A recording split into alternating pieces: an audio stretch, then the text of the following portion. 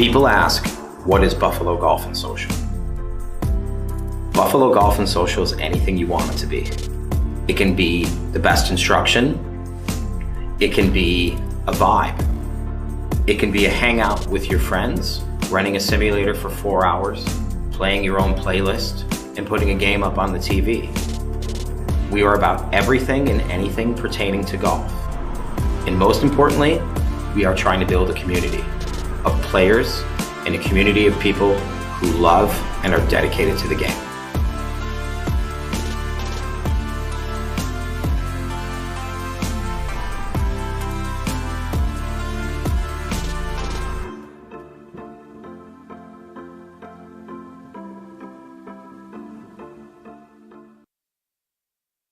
Bridges have connected people for centuries. When it comes to helping small businesses build bridges with the people they serve, there's a new gold standard. 412 Communications offers a uniquely comprehensive array of media solutions to help your brand establish and maintain strong, lasting connections with your clientele.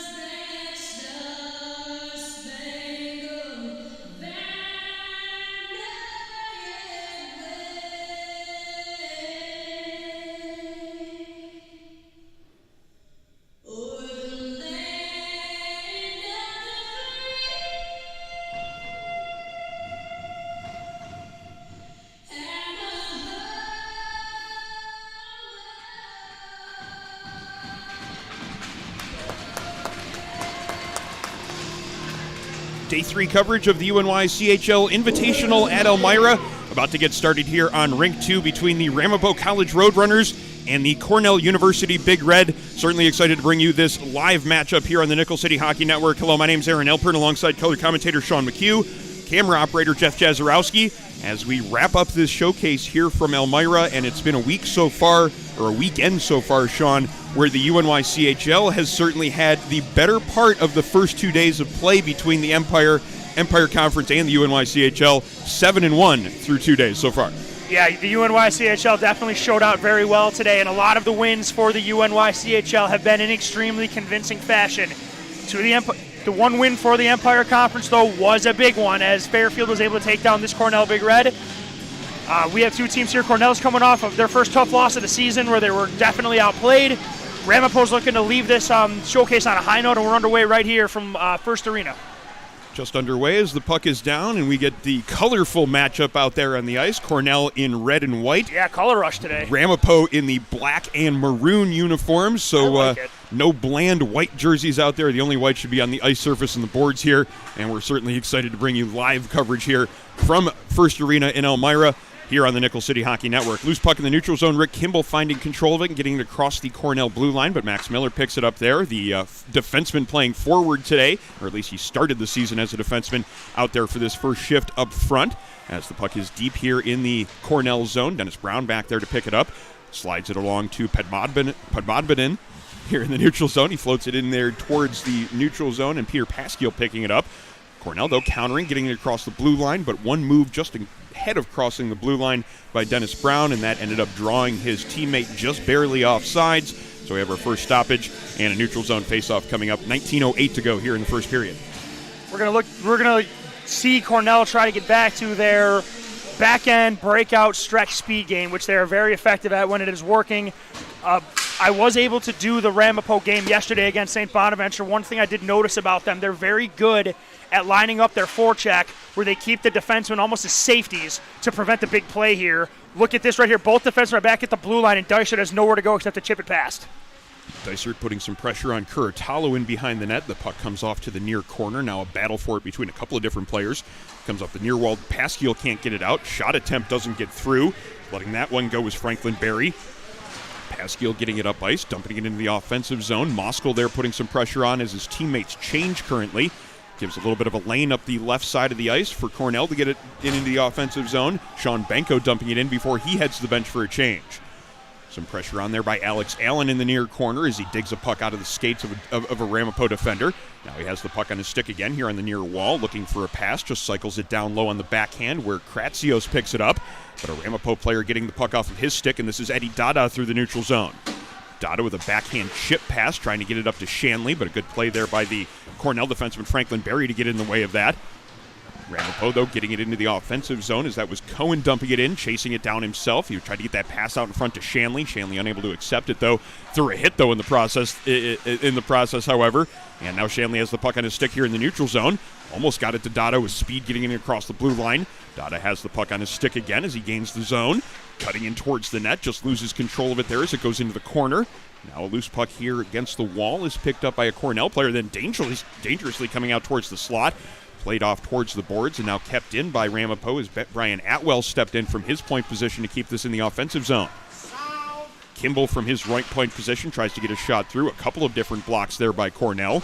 And while Ramapo is having some time here in the offensive zone, Cornell making sure they stay out in the perimeter and keeping any of those shots from getting in on goal. That one barely gets in on goal, might have gone just wide. Caught, however, by the glove hand of Alexei Rogatkin. And we have our second whistle of the morning and a faceoff coming up inside the Cornell zone to the left of Rogatkin. We had a good look at Alexei Rogatkin a couple weeks ago when we got to see them take on the Buffalo State Bengals at the rink in Ithaca. He's a very strong goaltender. He plays very big in his net, and one thing I noticed about him, the puck sticks to him when he makes the initial save. Very, very, very hard to clean up rebounds and get dirty goals on him. He's very fundamentally sound. The Massachusetts native, the upperclassman, Rogatkin, one of the few on this team. Shot right off the faceoff. Rogatkin making the stick save there as it comes off to the far boards. Puck in the air. Almost kept in there along the blue line. Just ended up sliding out as Lovell was unable to keep it in. Eventually dumped in by Kuratalo and now picked up there on the far wall. One-on-one battle for it. It's going to be kept in by Ramapo. Then slid around behind the net. See whether or not Cornell can find possession there with Alvarez to get it out. Curatalo keeping it in, letting that wrist shot go right on net. Rogotkin with a fairly easy save on that one. Cornell clears the zone, but sent right back in again by Ramapo. Padmanabhan picking it up there behind the net, the captain from the Chicago area. Cornell getting it out of the zone, but unable to maintain possession here at center ice. Curatalo looking to counter and get it up ice to Maurer. Ends up on the stick of Moskal here, but he loses control of this as the puck comes towards the slot. That's going to work. Rolling puck now, picked up here by Alvarez as he gets it just inside the blue line. Lets a wrist shot go from there. Glove down by McGarry, and he sets it up for his defenseman, Kimball. Kimball trying to outskate Miller here to the blue line. Chips it up forward towards the neutral zone. Picking it up there is Moskal. Moskal into the offensive zone. Lets a snapshot go. Rogotkin difficulty handling it. It ends up squeaking through and getting into the back of the net. Moskal with the first goal of the game, and Ramapo with the 1-0 lead. That was one of those change-up types of shots that I think caught the netminder off guard. Yeah, and we just said Rogotkin's been really, really good at holding on to the puck right there, but I think he got fooled by a slide or a knuckleball. That puck was headed at logo level, and once he dropped into his butterfly, it didn't hit him the way he thought it would, and it looked like it squeaked through his 5-hole. A goal, the upperclassman Rogotkin's definitely going to want to head back right here. So Ramapo, just like yesterday, they're off to a good start right now, and then they're going to put their top line right back out there to try and get to it. This Ramapo team does have a penchant for scoring in quick succession. They've done it. Their goals come minutes apart in this showcase. And this is actually the third time so far here in this showcase that they've gotten the game's first goal. They had a 2-0 lead yesterday against St. Bonaventure, as Cornell's almost countering there with a quick play up ice. We're mentioning that they got the first 2 goals against St. Bonaventure yesterday before giving up 8 unanswered. The first day they had the first 2 also against Binghamton before the Bearcats came back, so not necessarily surprised to see Ramapo getting the quick start as they have the game's first goal less than 5 minutes in. Maybe they want to take the worst hockey advice a person could ever give them and maybe let Cornell tie this game. No, don't do that, but maybe do something to change the script up or just get up 3-0. Or you can not necessarily be superstitious about things repeating themselves over time. Well, they don't. I can be superstitious as long as they're not. Yeah, we're not involved in it, so we can be as superstitious as we want. It's more fun when we're superstitious, because then when they don't do it and they don't win, then we can say that's why they lost, and then if we're wrong, superstitions are dumb. So yes. Well, I've never necessarily believed in superstitions, but I might be wrong on that subject, so I hedge just a little bit. Loose puck here in the neutral zone, picked up and moved in across the line by Cohen for Ramapo. He lets a wrist shot go, save made by Rogotkin. Maybe not the cleanest of saves there by the netminder. That last shot maybe still in his head. Still made the save and got that rebound off towards the side. Now the defenseman Barry picking it up, starting the breakout. A little bit of difficulty getting it past the first forechecker, but Barry then carries it across the blue line. Now up ice to Brown as he gets it into the offensive zone. Brown trying to get away from some defenders, losing control of it. Now chasing it down in the corner. Pass behind the net. Dysert changes directions there to get away from one defender. Ends up falling on the play. Now it's going to be Brown sliding it around to Dysert behind the net. He takes a hit there, and then the puck comes loose. Ramapo unable to get it out, though, as Padmanabhan keeps it in here at the blue line. Down towards the slot to Allen. Tried to get that shot away, but Kimball right on him. Kept that from happening. Ramapo defender is a little bit slow getting back to his position. He looks like he's in a little bit of discomfort there. Curatalo in front of the net. As Ramapo trying to make sure that they pick up their defender and get that puck out of the zone here before Cornell can put too much pressure on. Padmanabhan unable to keep it in the zone there, and Curatalo getting that much-needed change as he gingerly gets towards the bench. Pasquiel now skating it up the right side of the ice and into the offensive zone. Tries to get that shot through a screen. It's blocked on its way through. And now it's a Cornell defender in a little bit of discomfort after that shot block. Padmanabhan, though, picking it up, moving it through the neutral zone, looking to get a rush up ice from the defense. Tries to go around the defender, but a good play by his counterpart on the other side, number 3, Brian Atwell, making sure that move didn't materialize and turn into a scoring chance. Big hit there over there on the far side as a player falls in front of our broadcast position. Ramapo dumping it into the offensive zone, and heading back there forward to start the breakout is Connor Burke. Nobody up this left wing wall for Burke to pass it to, so it's kept in at the point. Shot then taken by Atwell, right in on goal. Rogotkin making the save with the left hand and holding on for a whistle. 13-10 now to go in period number 1. It's a 1-0 Ramapo lead on a little bit of a strange goal by number 16, Thomas Moskal. Yeah, that's been a way that Ramapo's been working. They're getting goals just by shooting in volume. There is nothing wrong with that strategy at all. Play the odds. Ramapo got a bounce right there, and I feel like they probably feel like they deserve that, and they get another bounce into the slot, but that shot gets blocked in front by Harry Akins. Yeah, rebound came right out to the dangerous Eddie Dada, just unable to get that shot through the defenseman there in front of the netminder, but Ramapo keeping it in. Lovell there on the far side, slides it around behind the net. Now a foot race to it as Shanley gets there to it first, but Padmanabhan out-muscles him for that puck, and they move it up ice to the Cornell Big Red. Kratsios into the offensive zone as he makes a move to get around one defender, now in behind the net looking for a passing option. Gets it back to the point, but it bounces over the stick of Burke, and he has to go back into his own zone where Rogotkin comes out of his net to play it up to the defenseman. This is Harry Akins starting the breakout. Gets that pass up ice, but unable to handle it is Friedberg. Adds up. And it comes up and over the glass right into our neighbors here from... Yes, the lovely Ramapo fans just to my right got a souvenir, and she threw it back on the ice. She just cost herself about $1,000 on eBay. I can't believe she just did that. Was that a puck with one of the Invitational at Elmira logos on it? Because I don't think those exist. Are they Howie's pucks? Well, I don't think the pucks were made. Oh, well then... I think it's just a puck. If it was, then she definitely missed out on money. Well, she would have kept it if it had a logo on it. Okay, well, maybe I wanted the puck. You should have grabbed it. That ends badly for everybody if I lay out for that puck. I wasn't expecting you to lay out, just ask for it after she caught it. Puck here in the Cornell zone as it swings in behind the net. A little bit of difficulty handling it there by number 17, Jonah Kim. And that allows Ramapo to put some pressure on behind the net, causing a loose puck. Maurer has the puck on his stick there. He gets it out into the slot. Mosko ripping that wrist shot from the high slot. Too. He got some on it. He got it in on net. Yeah, he was trying to get it up high, though. You can tell by the way he just kind of banged his stick after letting that shot go. He had a spot, and I either got blocked or something, but that spot isn't there for Ramapo. They got to keep attacking that high slot. They're getting looks from there all game. Good first 8 minutes here for Ramapo as they look for their first win this weekend. 2 refs had to dodge that puck. That was hilarious. Puck up the far side, kept in. A good play by the defender, Waldron, to make sure that puck didn't get out of the zone. Now some pressure from Shanley below the net. He tries to get that puck out of his own skates. He's got a man right on him, but he still has control of it, shielding his body from that puck to keep the defender away. Kimball keeping it in here at the point, tries to get it back down low to Shanley, but a Cornell player finding it. That gives the Big Red a chance to get that puck out of the zone and into center ice, and a much-needed change with 3 players coming on for the Big Red. Eddie Dada, though, back in the opposite direction, dumping it in and chasing it down himself. Puts a bump on Padmanabhan there, and now a loose puck here in the corner. Comes back to Padmanabhan behind the net, and he tries to get it up the far side. Connecting on a pass to Miller.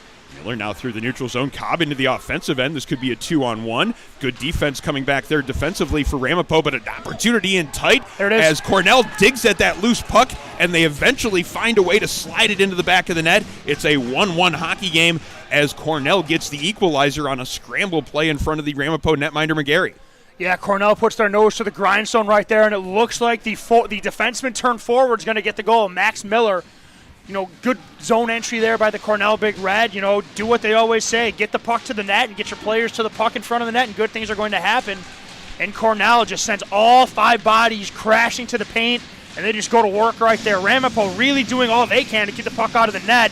Just whichever body was going to get the puck last was going to get their way there, and Cornell gets the dirty goal to get this game tied. Yeah, it looked like there were plenty of players back for the Roadrunners on that play defensively. There were 3 guys all the way back there. It looked like a 2-on-1 at first. The defenders getting back there quickly on the play helped negate the 2-on-1 opportunity. But that rebound chance that was sitting there in the crease eventually put past the netminder. Cornell ties this one before the 10-minute mark of the first period. Rogotkin making a save there in the few moments after that face-off at neutral ice. Now we'll have the face-off to the left of Rogotkin inside the Cornell zone. 10-12 now to go in a tie game here in the first. Yeah, Evan Cornell gets the answer they needed, and it's an uncharted territory for the Roadrunners here as it's a 1-1 tie here. And again, Ramapo's going right back to see the net, shoot the puck, and that's not a bad strategy to have, especially on a strong defensive team and goaltender. You have to get pucks to the net to get goals, and it looks like Ramapo's just going to shoot it whenever they can. Back out here for this faceoff and catching this pass is Curatalo. Good to see him back out there as he left the ice in some discomfort on his last shift.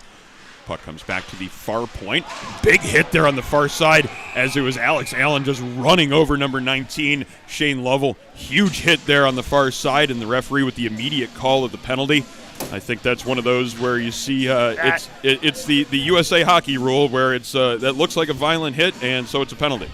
Yes, and I get the argument Cornell's going to have here, and Alex Allen plays that type of hockey, and no one's going to ask him not to. It's what makes him such a great hockey player. But the puck was gone. If if the puck carrier had the puck still on his stick, I think that's a clean hit. But because the puck was long gone, it was by the boards, and the hit was up high, the refs are doing that as a protection measure. So Cornell's going to have to go to the penalty kill here. As we're just under 10 minutes to go in the first period. Now a battle for a loose puck here is Ramapo trying to get their power play set up. Good job by Kimball to get it out of that pile and towards the midpoint. We actually have another penalty coming up here against Cornell. As I'm sorry, I didn't see what happened. It's a slashing call that's made as we saw the Ramapo goaltender leaving the net quickly there as the puck came out towards the neutral zone. This is going to be a long 5-on-3, a minute 39 remaining in the original penalty. So a big two-man advantage opportunity for the Ramapo Roadrunners. And also take into account two very important players for Cornell are in the box. Alex Allen is an absolute animal to cover the point and to play aggressive, and one of their top defensemen, Franklin Berry, is going to be in the box as well. So a lot is going to be on the captain, Padmanabhan, right here, and the grad student forward, Dysert. The fourth player out there to kill off this penalty is number 28. That's Bradley Wang playing defense. And Padmanabhan now with the puck as he accepts the pass from Wang. So far a good job of killing this off, but now a little bit of dangerous numbers here in the neutral zone. Cornell, though, finding possession and getting that puck cleared into the Ramapo zone. Aggressive right now for this long 5-on-3. Just trying to make it as difficult as possible on Ramapo to get into the offensive zone. They finally do get it set up here. Now Shanley over to Maurer, now up top to Kimball as he settles it down at the midpoint. Across to the left side, Eddie Dada looking for an option there, gets it back to Kimball. Now Maurer here at the top of the circle, slides it down low to Shanley. Carries it towards the corner, now back to Maurer, still staying out around the perimeter, and they haven't really gotten much of a shooting option yet so far. Kimball here at the midpoint loses control of it. Now Dysert might have a little one-on-one break. Let's see what he can do with this. Stops here along the boards, almost gets away from the defender. Kimball got just enough of a shoulder on him to keep him from getting that loose puck. Yeah, but he did force the puck all the way down below the Ramapo goal, so mission accomplished right there by Dysert. And now he's getting off for a change. And now we have for Cornell number 17, Jonah Kim on the ice to kill this penalty. 19 seconds remaining in the first penalty, 38 seconds in the second one, so they've done a good job of killing off the start of this, but some good cross-ice passing there. Shanley just missing the mark on that wrist shot. He had two on that exact same play yesterday against Bonaventure. Here's another opportunity for him to let that one go. He keeps the pass, and he makes it across to Dada. Eddie Dada with a hard snapshot, rips it past Rogotkin. It's 2-1 Ramapo, and they do it with 2 seconds remaining on the original penalty, so they get to continue with a 5-on-4 for another 24 seconds. The two goals for Ramapo were Dada and Shanley playing catch with each other. And the third goal is Shanley sending the puck over to Dada, who gets all kinds of time and space, and the captain for the Roadrunners rips a low wrist shot down low. Rogotkin getting over to his right, not able to get there in time because Ramapo can snap that puck around real quick. And that's a big goal here because, like you said, Aaron, Ramapo enjoys 24 more seconds on the power play here. Allen out there finding a loose puck after his penalty was released. That hit the post. That hit a rut and then came right out in front of the net. Nothing ends up coming out of that, except for a little bit of a startle from Sean there. Eddie Dada looking to add to their lead. Now they're up 2-1 here in this game. They still have some time left on the power play. Moskel's shot there coming from the mid-slot.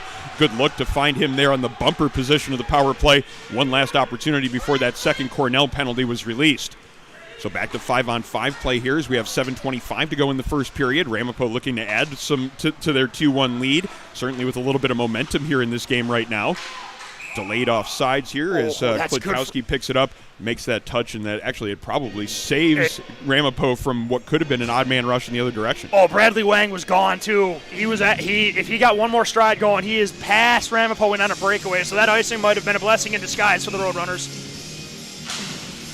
Klitkowski and Alvarez on for this face-off, dumped into the offensive zone by Ramapo. Player getting knocked down there as he slides it up the near boards. It comes out into center ice, where it's going to be Atwell looking to move it into the offensive zone. Gets it to Kimball, and that one takes a weird bounce off the stanchion on the near boards here. Puck played back through center ice, now knocked out of midair and gloved down. A lot less stick work than you usually see in a hockey game right there. We had a glove pass and the puck played with the high stick there in quick succession. And it still didn't touch the necessary player to get a whistle. How often does that happen? Or it happens twice. Ramapo moving it into the offensive end here as players battle for possession. It's played off the near glass, kept in by Kimball. Now a battle for a loose puck as Pasquiel gets the better part of that, but he can't get it much past the high slot. Now Kratsios with a chance to move it up ice, but that pass is too far for its intended target. Roadrunners putting it back into the offensive zone. Behind his net, it's Aldrich starting the breakout. He gets the pass back here on this side, but it comes out towards the point. Aldrich with another opportunity to get it out of the zone, but it's kept in by Kimball as he's got 2 men on him. Takes a bump from Alvarez, and that forces a loose puck. Let's see if Cornell can do anything with it here in transition. Alvarez picking it up along the center red line, dumping it in on the backhand. Cornell making wholesale changes here, so that should give Ramapo plenty of time to move it up ice with 6 minutes to go in the first period. Pasquiel catching the puck, but he's unable to find somebody with his pass up the near boards. Puck comes out towards center ice. Eddie Dada putting some pressure on the Cornell defender, but it comes over here towards the left wing wall where Harry Friedberg carries it into the offensive zone. Looking for that pass back towards the slot. Ends up back on Kim's stick at the point. His shot high and wide.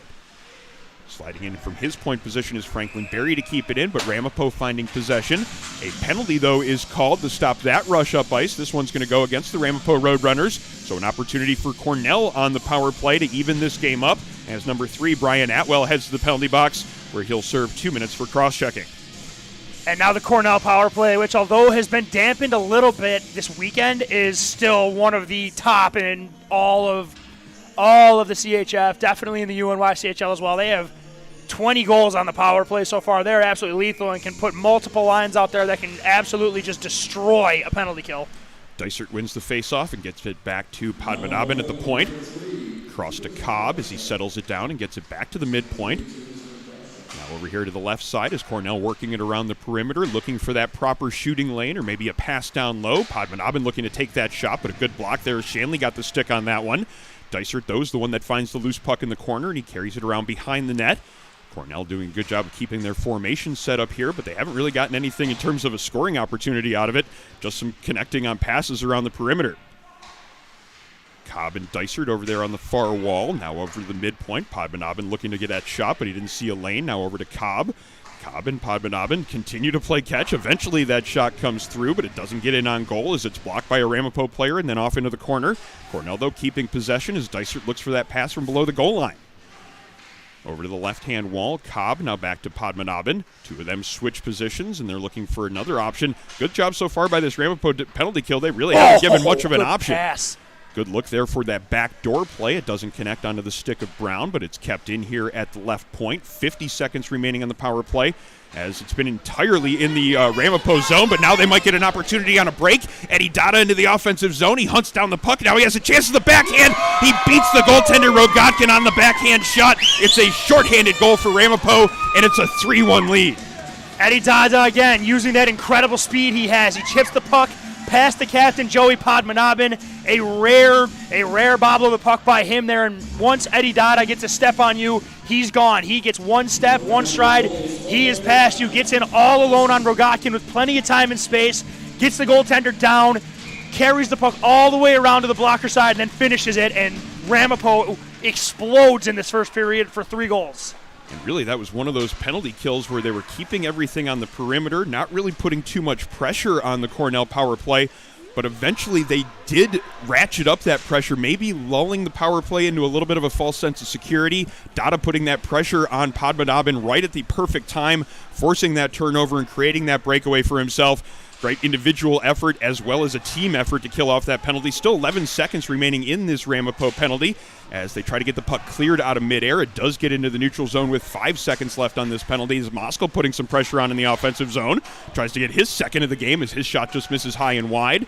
Ramapo penalty has expired and we're back to even strength as Moskal gets it back into the offensive zone with 3:20 to play in the first.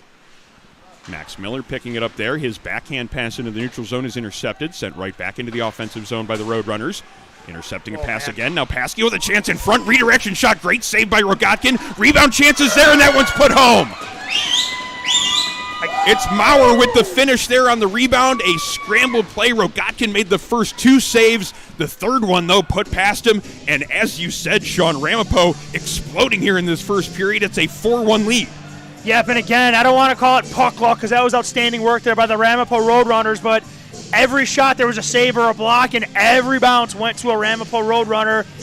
Luck is better than skill sometimes, but then when they're combined, when you have a team that has the skill that Ramapo has and they get a bounce, you're not stopping them, and they are rolling right now in this period. Cornell is, I mean, it looks like they're having almost like a here we go again sort of moment right now from Fairfield. I mean, Ramapo's getting to all the loose pucks. They're getting all the rebounds. They're winning all the battles. And now they're getting the bounce. Here we go again. Here comes Shanley on a breakaway. Shanley gets around the defenseman, tries to go backhand to forehand, just barely misses the high blocker side corner with that move.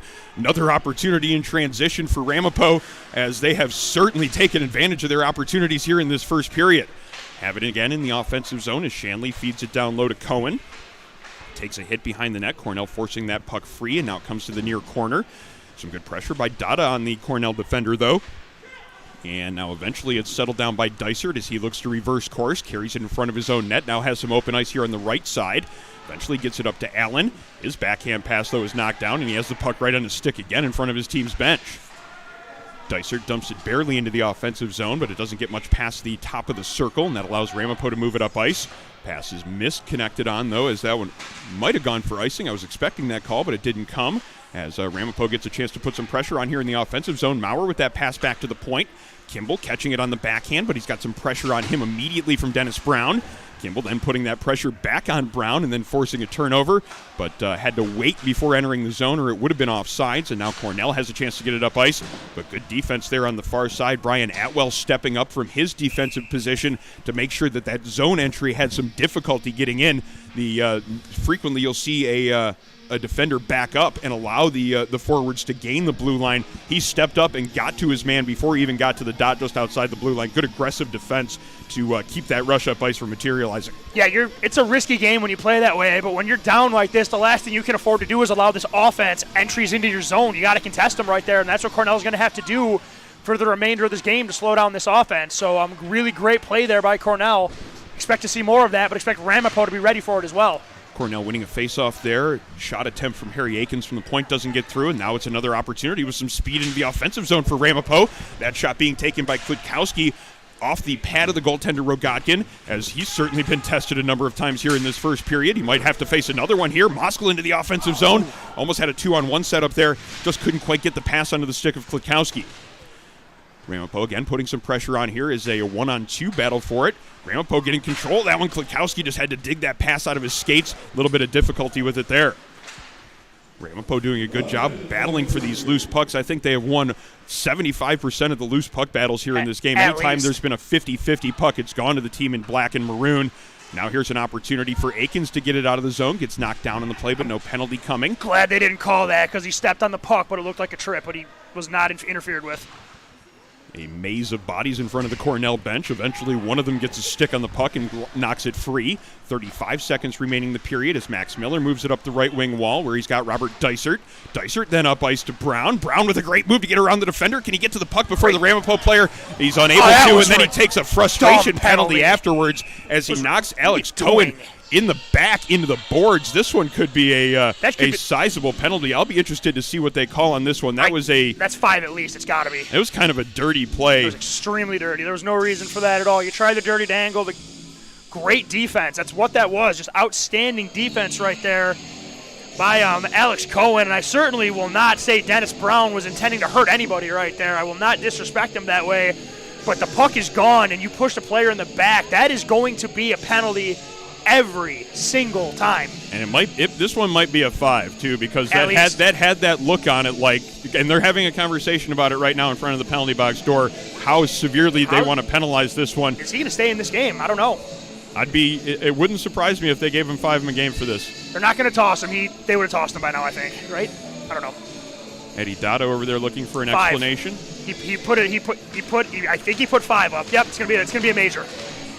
Still waiting for that penalty to go up on the board, as it appears we're deducing it's going to be a 5-minute major, but not a game misconduct.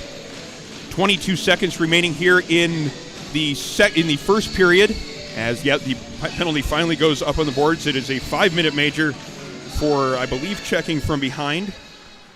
Checking from behind, boarding, whatever you want to call it. Opportunity here on the power play. Shanley ripped that shot. It got through the netminder Rogotkin, caught a piece of the post, then came out the other side. Another opportunity in tight as Moskal had that shot from the low slot, just barely missing the near post. Loose puck along the blue line, an opportunity for one maybe last second shot, but the time is going to expire before Padmanabhan can get it into the offensive zone. And that is the way that the period will end, with a 4-1 lead in favor of Ramapo. They got certainly a little bit of everything in that first period. A shorthanded goal, which was a kind of the exclamation point to the period, as Eddie Dada got that one as he created the turnover and then took it up ice, scoring on the breakaway. And they're going to go into the second period, Sean, with a lot of time on the power play and a chance to really blow this game open. Yes, they absolutely can. Cornell did nothing to help themselves right there, and Ramapo was more than willing to take all the gifts Cornell was willing to give them, on top of how well they played. When a team comes out fired up like Ramapo did to play as well as they have, and then you make mistakes on top of it, you're not giving yourself a very good chance to win. Both of these teams were coming off pretty convincing losses yesterday to very good teams. Ramapo appears to have gotten over it. Cornell seems to be a little shell-shocked right now. I wouldn't necessarily say that Cornell had a bad period. There was just a lot of the way that the opportunities went. Cornell created opportunities. They did. Ramapo was probably the better team in the period, but they certainly were the better team at taking advantage of the chances. Yes, but Cornell also made a lot of mistakes that you and I have not seen them make a lot. Pucks not keeping pucks in, not being able to handle pressure, not clearing pucks. We've seen Cornell play much better than this, and we've seen Ramapo play as well as they can. So here's the thing, though. I mean, Cornell is every bit as capable of scoring 4 in a period as Ramapo is. So this game isn't over yet, but Cornell's got a lot of work to do, and they got to kill almost an entire major to start the period anyway. First period ends with a 4-1 Ramapo lead, and our coverage of the UNYCHL Invitational at Elmira is presented by Buffalo Golf and Social, Western New York's leading indoor golf facility. Simulators, lessons, leagues, Buffalo Golf and Social is Western New York's best destination for year-round practice and instruction. Also, with a great selection of beer and wine, it's the perfect place to sit and watch golf with others who love the game. Locations in downtown Buffalo and in Orchard Park. Book your next event at Buffalo Golf and Social. This broadcast also brought to you by Militello Realty, Western New York's premier commercial real estate broker. To buy, sell, or lease any office, industrial, retail, or investment property, trust the unparalleled knowledge and experience of Militello Realty. Also, our supporters include Westchur Auto, the largest automotive dealership group in New York State, selling over 50,000 pre-owned and new cars every year to customers in Buffalo, Rochester, and Syracuse. Westchur Auto is dedicated to absolute excellence in customer service. Our supporters also include the Battaglia Marciano Agency, an independent insurance agent for auto, homeowners, commercial, and life insurance. The Battaglia Marciano Agency, providing peace of mind for Western New Yorkers for over 35 years.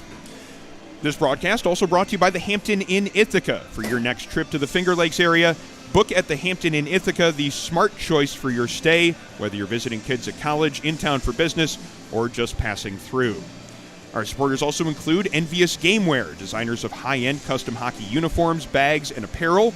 The thinking of look good, feel good, play good goes into every Envious jersey design, and you can find them online at enviousgameware.com to get your team a look to be envious of. Also, our supporters include 412 Communications, the new gold standard in digital media solutions, offering consultation for web and graphic design, social media, writing and editing services, multimedia solutions, and more. Visit them, 412communications.com, to learn more about how they can help your brand build bridges with the people you serve. And our coverage here in Elmira has been brought to you locally by the Elmira Tea and Coffee House, owned and operated by the local nonprofit group Capabilities, which has empowered Southern Tier residents with disabilities to achieve their career and educational goals for over 60 years. Be sure to visit the Elmira Tea and Coffee House at 100 West Water Street, just a block from First Arena. They're brewing up hockey-themed specials all weekend long, and they're open until 4 p.m. this afternoon. The Elmira Tea and Coffee House, a cafe with a cause. We're going to take a break here for the first intermission, but we'll be back in about 10 minutes with period number 2. It is a 4-1 lead for the Ramapo Roadrunners after 20 minutes of play. You're watching live coverage of the UNYCHL Invitational at Elmira here on the Nickel City Hockey Network.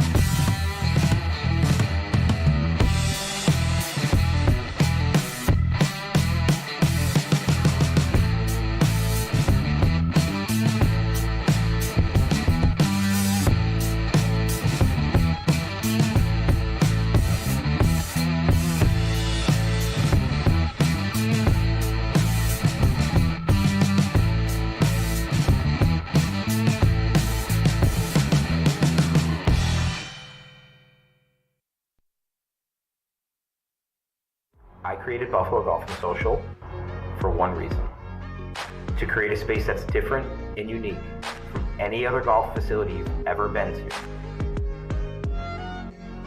It's a place to learn, and it's a place to enjoy. You ready?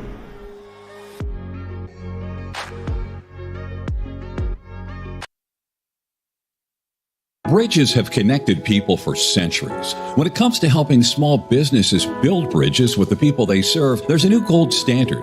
412 Communications offers a uniquely comprehensive array of media solutions to help your brand establish and maintain strong, lasting connections with your clientele.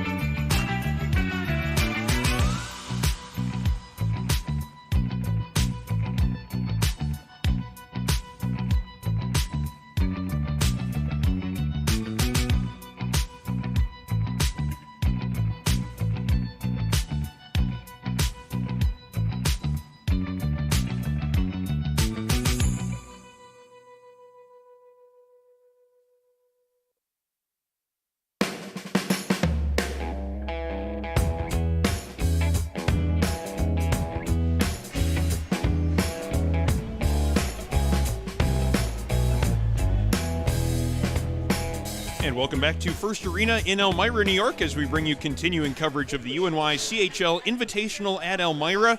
And we are ready for second period play of our game here on Rink 2. And it is Ramapo and Cornell squaring off here in this showcase. Showcase pitting teams from the UNYCHL against the Empire Conference. And in this matchup, it is the Empire Conference team with the advantage after 20 minutes of play, a 4-1 lead for the Ramapo Roadrunners, and they'll be starting the second period with plenty of time left on a major penalty power play, 4:39 of power play time left here for Ramapo. So some drama to get things started off here in second period play. Thank you for joining us on this broadcast here on the Nickel City Hockey Network. My name's Aaron Elpern, joined alongside by Sean McHugh as we bring you live coverage of the UNYCHL Invitational at Elmira. Second period play underway here is Ramapo starting their power play, but we have maybe some clock issues as the clock is running, but the penalty time is not. So we'll have to make sure that gets updated as things move along. But we are moving here as play here in the offensive zone for Ramapo. Eddie Dada sliding it around the backboards, trying to find a man in behind the net. A couple of players getting tangled up there. Stick goes flying towards the corner. The puck comes towards the slot. Kimball's shot doesn't get through, hitting a Cornell player in the shin pad and coming right back out to him. Shanley on the far side gives it back to Kimball. The two of them play catch, then cross ice to Dada. Dada tries to get it into the slot where Moskal was, just kind of fanned on that shot attempt. Now a shot attempt from Shanley doesn't get through, and that's going to give Dysert an opportunity to send that one the length of the ice, and he does so. Kimball now chasing it down with Allen in close proximity, putting some pressure on it. Saw that in the 5-on-3 portion that Ramapo had in the first period, that Cornell was very aggressive with its penalty killers. In this case, it is Kratsios heading in to put some pressure on, ends up forcing an errant pass, and now all the way back to the goaltender as Rogatkin had just a little bit of difficulty initially handling that, decided to just throw the catching hand over top of it. Now we get a stoppage in play with 1:10 gone here in this period. They're going to get that penalty time sorted out now because the penalty clock didn't start with the beginning of the period, so they're going to make sure that they get that all squared away. As 1:10 has gone off of the game clock, that means by my math there should be 3:29 remaining in the penalty. Yes, and I did not go to Bonaventure for math, so I am not going to dispute you on that. I am going to 3:25, Aaron. No way. Because it was. Like I said, I'm not a mathematician, but okay. Okay. It's close enough, I guess. Yeah. Maybe a couple of seconds in favor of one side versus the other, but still plenty of time here on the power play for Ramapo as they get the pass across to Dada. Tried to get that cross-ice pass looking for Shanley, but it hit a Cornell player right in the slot. Puck here along the near boards. Good work there by Cobb to get it up ice. Now Kratsios might have a 2-on-1 developing here. Padmanabhan, though, unable to accept that pass as it was given to him right along the blue line. Short-handed chance. Cobb almost got the spin-around shot there from the right side of the crease. McGarry, though, able to keep that one from going into the net. Now it comes back through the neutral zone here. Padmanabhan fire that puck around the boards on purpose, knowing Wang would be there to pick it up? Because if he did, that is hockey IQ off the charts right there if he knew to do that. So far in this second period, it's been Cornell having the better part of play during this penalty kill, but still 2:40 remaining on the major penalty against Cornell, so more time still left here for Ramapo, but they're having a little bit of difficulty moving it up ice. Eventually it's settled down by Moskal as he has to dig it out of his skates, and now his pass is too far for its intended target, but no icing called as the linesman on the far side waving that one off. Battle for a loose puck in the near corner as a pair of players from each side try to dig that puck out of the skates. Actually, it looks like a third Cornell player's in there now. A little bit difficult to tell from our angle on the broadcast position. Puck is played up and over the glass as the Cornell clearing attempt ends up in the close proximity to our left here, but 2:11 remains now in this penalty kill. 17:32 remaining in the second period. Still a 4-1 lead in favor of Ramapo, but they really haven't gotten a whole lot done here on this power play, Sean. They really haven't, and Cornell has ratcheted up the aggression, and they're putting Alex Allen and Robert Dysert right back out there as they are two of their fastest and most effective forwards, especially when they play aggressive. I think Cornell is definitely thinking shorthanded goal here if possible. Well, they had one scored against them there in that first period. Good thinking there to try to return the favor. Some aggressiveness there on the point, but Kuratalo doing a good job to win that puck battle with Dysert just inside the blue line. Pass from Kwiatkowski doesn't connect. And now it's kept in the zone, though. Some good back pressure there. Is now a chance being created down low. Cohen's shot looked like it hit the pad of the netminder Rogatkin, then the outside of the post. Now a pair of players tangled up on the far side as it's going to be Ramapo coming out of that battle. Kwiatkowski into the corner. Backhand pass intercepted by Dysert. He gets that one cleared the length of the ice. Now 1:35 to go in this major penalty. Wow, and they're sending Kratsios in on a hard forecheck right here, and he just came out of there with the puck. Creates a turnover, back to Cobb, right in on goal, saved by McGarry. Second chance opportunity, Cobb's backhand doesn't get into the netminder. Certainly showing that aggressiveness here on the penalty kill as we speculated they might.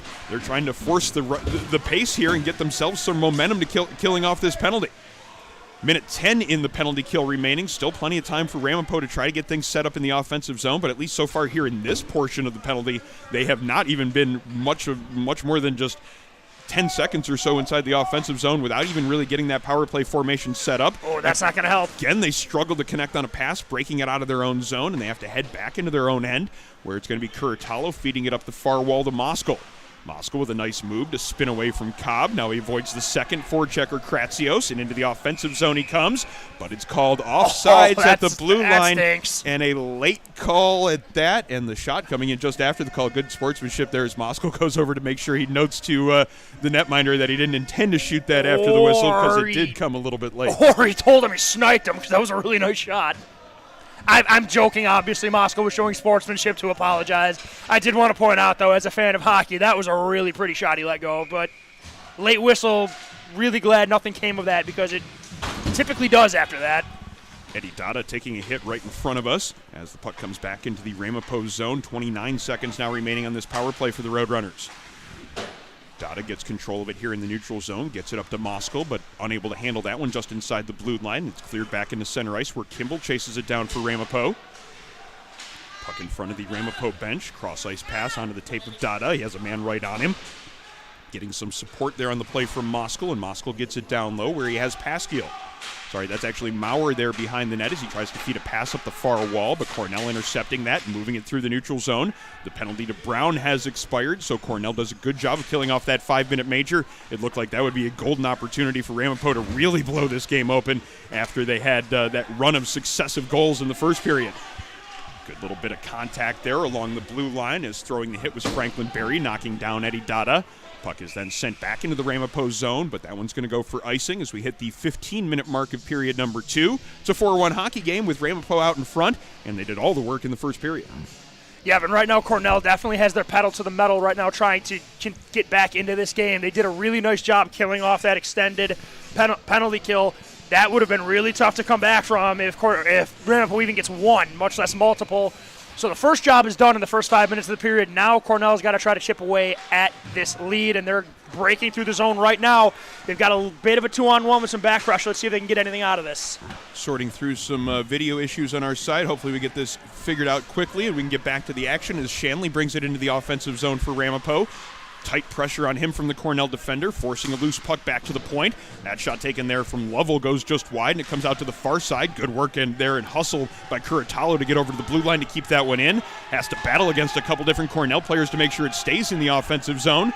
But this one is actually going to be a delayed offsides as Cornell having plenty of time to carry this one up ice. This is Padmanabhan gaining the blue line and dumping it into the near corner. Chasing it down on that far side, a couple of different Cornell forecheckers. Dysert forces a loose puck. It comes back out to the far wall where Allen chips it down low again. Holden picking it up here behind the net, looking to start that breakout. His pass is too far for its intended target. Picked up in the neutral zone by Bradley Wang, and he sends it right back into Ramapo territory. Ramapo then sending it back through the neutral zone, but this one is going to have the icing waved off on the play, and Cornell's going to have to set things up from below their goal line. Pass comes up the left wing wall. Dysert trying to get it away from two different Ramapo players. He does eventually get it out to center ice, but the Ramapo player's the first one to it, loses control, and now Dysert into the offensive zone. Shot taken right in on goal. McGarry with the save. Rebound was out there a couple of feet in front of the netminder. Cornell unable to get to it to find that second chance opportunity. They still keep it in the offensive zone, as sneaking in from his point position to keep it moving was Harry Akins. Kimball, though, finding control of it, looking to start the breakout, but he's got a lot of pressure on him from Cornell here as they force a turnover. Pass out towards the slot, just a little bit too far from the reach of Dysert. Dysert and Holden group and number 19 over there, Lovell on the far side, trying to battle for that loose puck.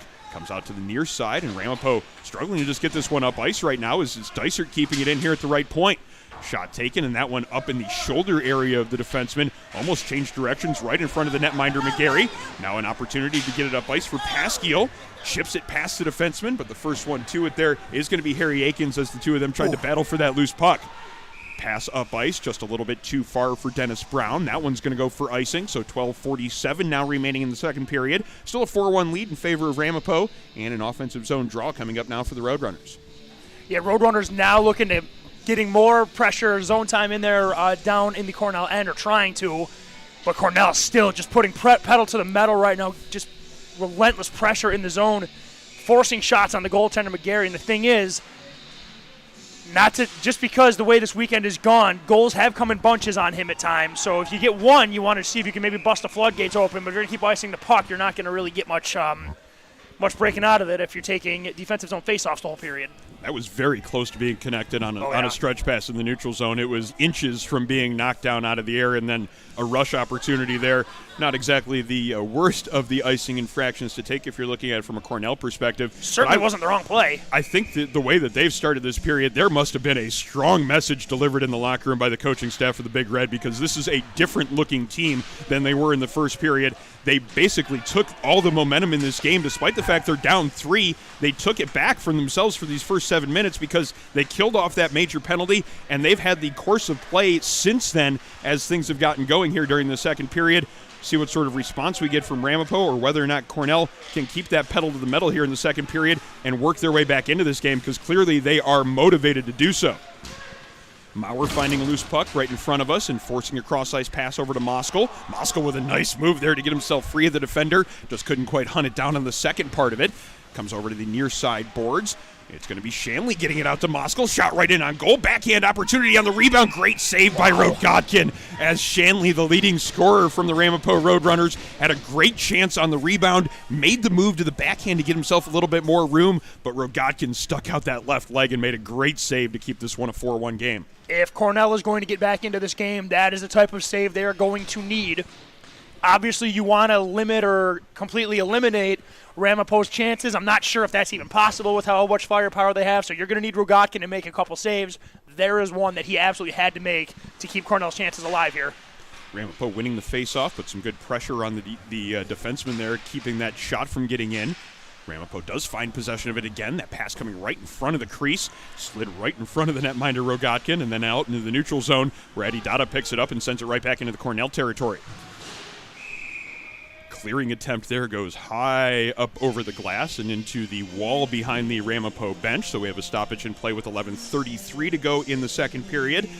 And a little bit of a pushback for the last minute or so from Ramapo, as it was Cornell certainly having a good, strong start to this second period, evening out a little bit here between the two teams.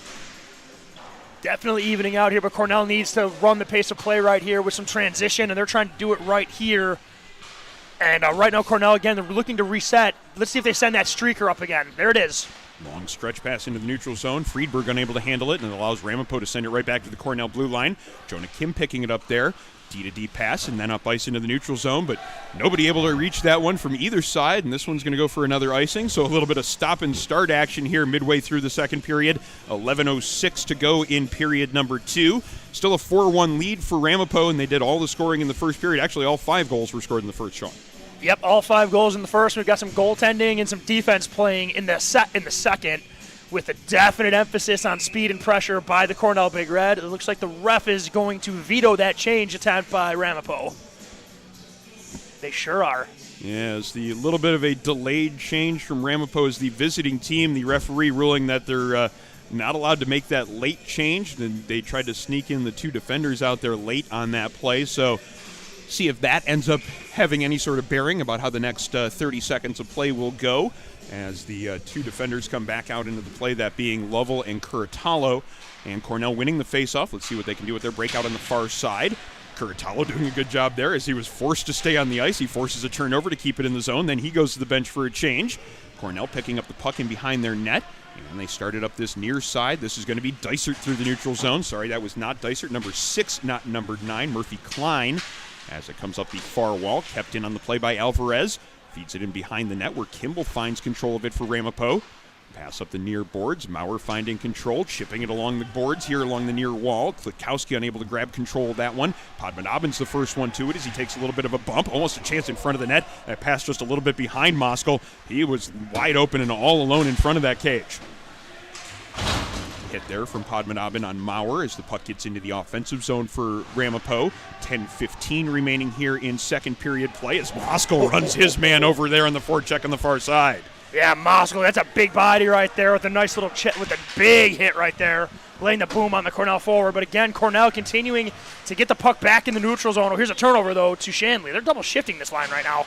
Seeing a lot of this group, Shanley, Dada, and Alex Cohen, this top line from Ramapo. No surprise as they have been involved in a lot of their offense here today, and getting them out there as often as possible. Certainly not necessarily a surprise from head coach Mike Winters. Definitely have worse ideas than putting your top scoring line out there against a team as powerful as Cornell.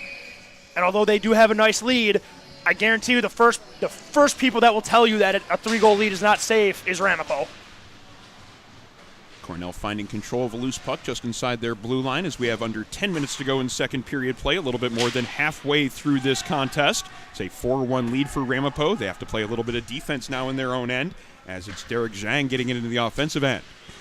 Battle for a loose puck along the near wall. Maybe some numbers here from Ramapo. Eddie Dada into the offensive zone. He's got Cohen with him, and Shanley trailing late.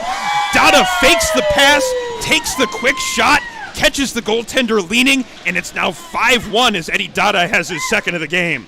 Eddie Dada had everybody in red, well, Cornell red on the ice, thinking that it was either going to be a pass or a high shot, and everybody guessed wrong. Dada picks up the puck and goes down the left wing with that speed, hits the brakes, and then he slides one through the 5-hole of Alexei Rogatkin, and that is the last shot Rogatkin is going to face today. We are getting a goaltending change. In for the Cornell Big Red is going to be number 50, Taggart Weiss. So Rogatkin, the last time we saw him, he looked very good. Today, maybe a little shaky, and Cornell has decided to go with Weiss for the remainder of this game. He's going to get literally about half the game.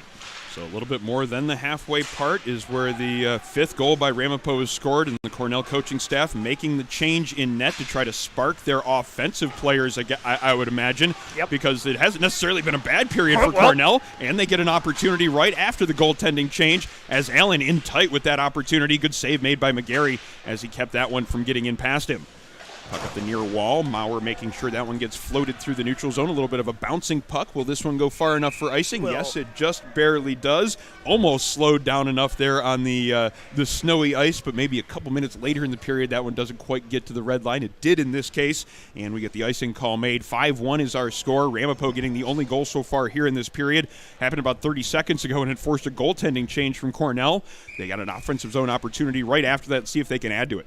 Evan Cornell, I mean, they've had the better of the play there, but one thing we've noted with Ramapo, I even said it yesterday when I did their game, they might not have a whole lot of quantity in their shots and attempts, but they get the chances they want, and when they get that look, they have been finishing this weekend, and today they're getting the defense. McGarry's got some help in front of him as well, so they're not having to play in a shootout, and now they're controlling the pace of play, and although Cornell might have some zone time right now, Ramapo's dictating what they're doing, keeping everything to the outside and making sure McGarry sees every shot coming his way right now. Cornell winning a faceoff again, a bouncing puck right in front of the crease. Unable to find it, though, was the Cornell player, Benko, as he had a chance to get that shot in from in tight. Just kind of bounced away from him and then below the goal line. Good hit there on the far side. Bradley Wang knocking his man into the Ramapo penalty box door. Ramapo does get it into the offensive zone, however. Now back to the point. Kimball settling it down there. Tries to get that shot through. Right onto the netminder Weiss. He made the save. I'm not sure he knew where that rebound was as it popped up in the air right in front of him. Got some help from one of his defensemen to get it off to the corner. Slap shot coming in from the point. Good pad save made by Weiss as he's been tested a couple times already now after coming in about a minute and a half ago. His defenseman Padmanabhan carrying it up ice now as he gets it into the offensive zone, gets it around the defenseman Kimball. That long reach being used there. He slides that pass through the slot. Nobody there to accept it, though. It was sliding through the most dangerous area in the ice in the offensive zone. Nobody there to catch it, however. Puck comes back towards the front of the net and then flipped up and out of play by the Ramapo defender. Over here towards where the spectators are in the stands. Everyone was ducking for cover, but nobody ended up taking that one. Cold in here, man. That puck's probably extra hard today. I wouldn't want to get hit with that. I wouldn't want to get hit with a puck most days in most places, but certainly not in this frigid rink here. No, blocking shots is a bad idea today. Sorry, coaches, but it's lunacy. Penalty coming up here as a player gets tripped on that rush up ice. Whistle is blown. This one's going to be a tripping call. And I believe this one's going to go to Cornell. Yes, it is. It's number 25 heading to the penalty box. That's Turner Aldrich. And this is They're probably not helping themselves. This is certainly not what they were hoping for as they're trying to come back here in this game. They've had a fairly good period, have the Cornell Big Red, and they were trying to get as much momentum as they could in the early part of the frame. Unfortunately, from their perspective, Ramapo has gotten the only goal here of this period, and now they get an opportunity with the power play. Yeah, but, like you said, Cornell came out firing. They couldn't get the puck past McGarry, and then Ramapo gets the break, and they get the goal, and they finish. And here we are. It's a 5-1 game, led to a goaltending switch, and Ramapo now gets a power play to pad their stats more. You got to think they're going to be looking for number 7 for the Hattie at some point today. Maybe not right now, but they're going to be trying to look to set that up. Kimball getting into the offensive zone. Eddie Dada, the aforementioned player there, sliding into his point position. Shanley, though, on the far side, just feeds it back down low. Now accepts a pass up top. Now he gets it to Dada here at the left point. Dada to Kimball. Now back to Dada here at the left circle. Back to the midpoint. Kimball tries to get that shot through. He's got a screen in front. Moskal trying to get that redirection shot. Just couldn't quite get that touch on it. Ramapo looking to keep it in. Good hustle there by Kimball to get over there to the boards. He keeps it in twice, the second time as he was falling down. Now down low, this is Maurer with it, feeding a backhand pass behind the net, but it's a Cornell player finding possession of it. Franklin Berry's going to get a chance to clear this one out of the zone. Unable to do so in that first attempt. They were moving. Maurer hit his skate, and that's a 2-on-1 coming into the offensive zone for Cornell. Hits the defenseman's stick, though, and that keeps the shot from happening. Eddie Dada, the center, was caught back alone on D and made a great play to get his stick in the lane right there. Is there anything this kid can't do? He even has perfect hair.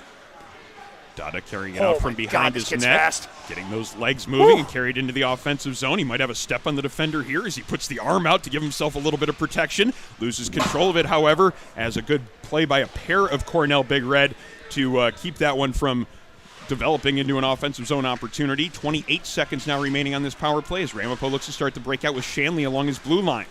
Shanley up to Moskal. Moskal steps in across the blue line and rips a hard snapshot. Might have been a little bit of a screen there, but it went in off the far post and in past Weiss. Now 6-1 Ramapo as they have exploded offensively here in this game, taking advantage of every single opportunity they've gotten, it seems. I mean, Moskal had a beautiful shot waved off on an offside, so he said, I'll take a better one through his defenseman's legs right here. I mean, I don't care who's in net, whether it's Taggart, Weiss, Rogotkin, or an NHL goaltender. When you can wire one through a defenseman's legs with that kind of velocity labeled for the post like that was and bang it in, it's not getting stopped right there. I mean, Moskal brought his game today, too. He's been physical. He's been playing both ends of the ice, and he brought the offense as well. And, man, Ramapo, after having two, tough losses, just came out just angry in this game and has just landed bomb after bomb on the chin of Cornell today. Moskal with 2 goals now. Eddie Dada has 2 goals, and it's a 6-1 lead for Ramapo. But now Cornell looking to get that immediate answer. Alvarez with the shot from just left of the cage. Great save made by McGarry. He's been awesome today, too. He's been in net for all but one Ramapo game this season, and it's no surprise that they rely on him as much as they do, and you're seeing some examples of that here in this game, as well as over the first 2 days of the showcase. Puck in the Ramapo offensive end here as it comes back to the point to Holden, keeping it in. Unable to get that shot through traffic, though. Sorry, that was Lovell as he retreats to play defense as Alvarez carries it into the offensive zone.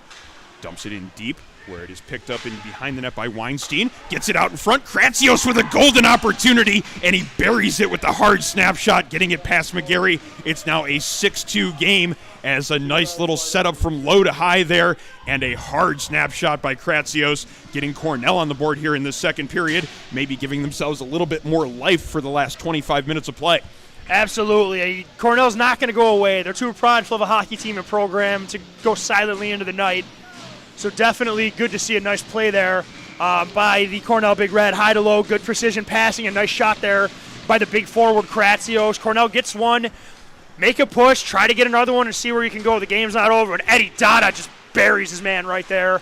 And we're going to keep going back and forth the Ep, and Ramapo looking to attack and get it back right here. Still 4.5 minutes to go here in the second period, so there's enough time for at least a little bit of a push more for Ramapo, trailing 6-2 in this game right now.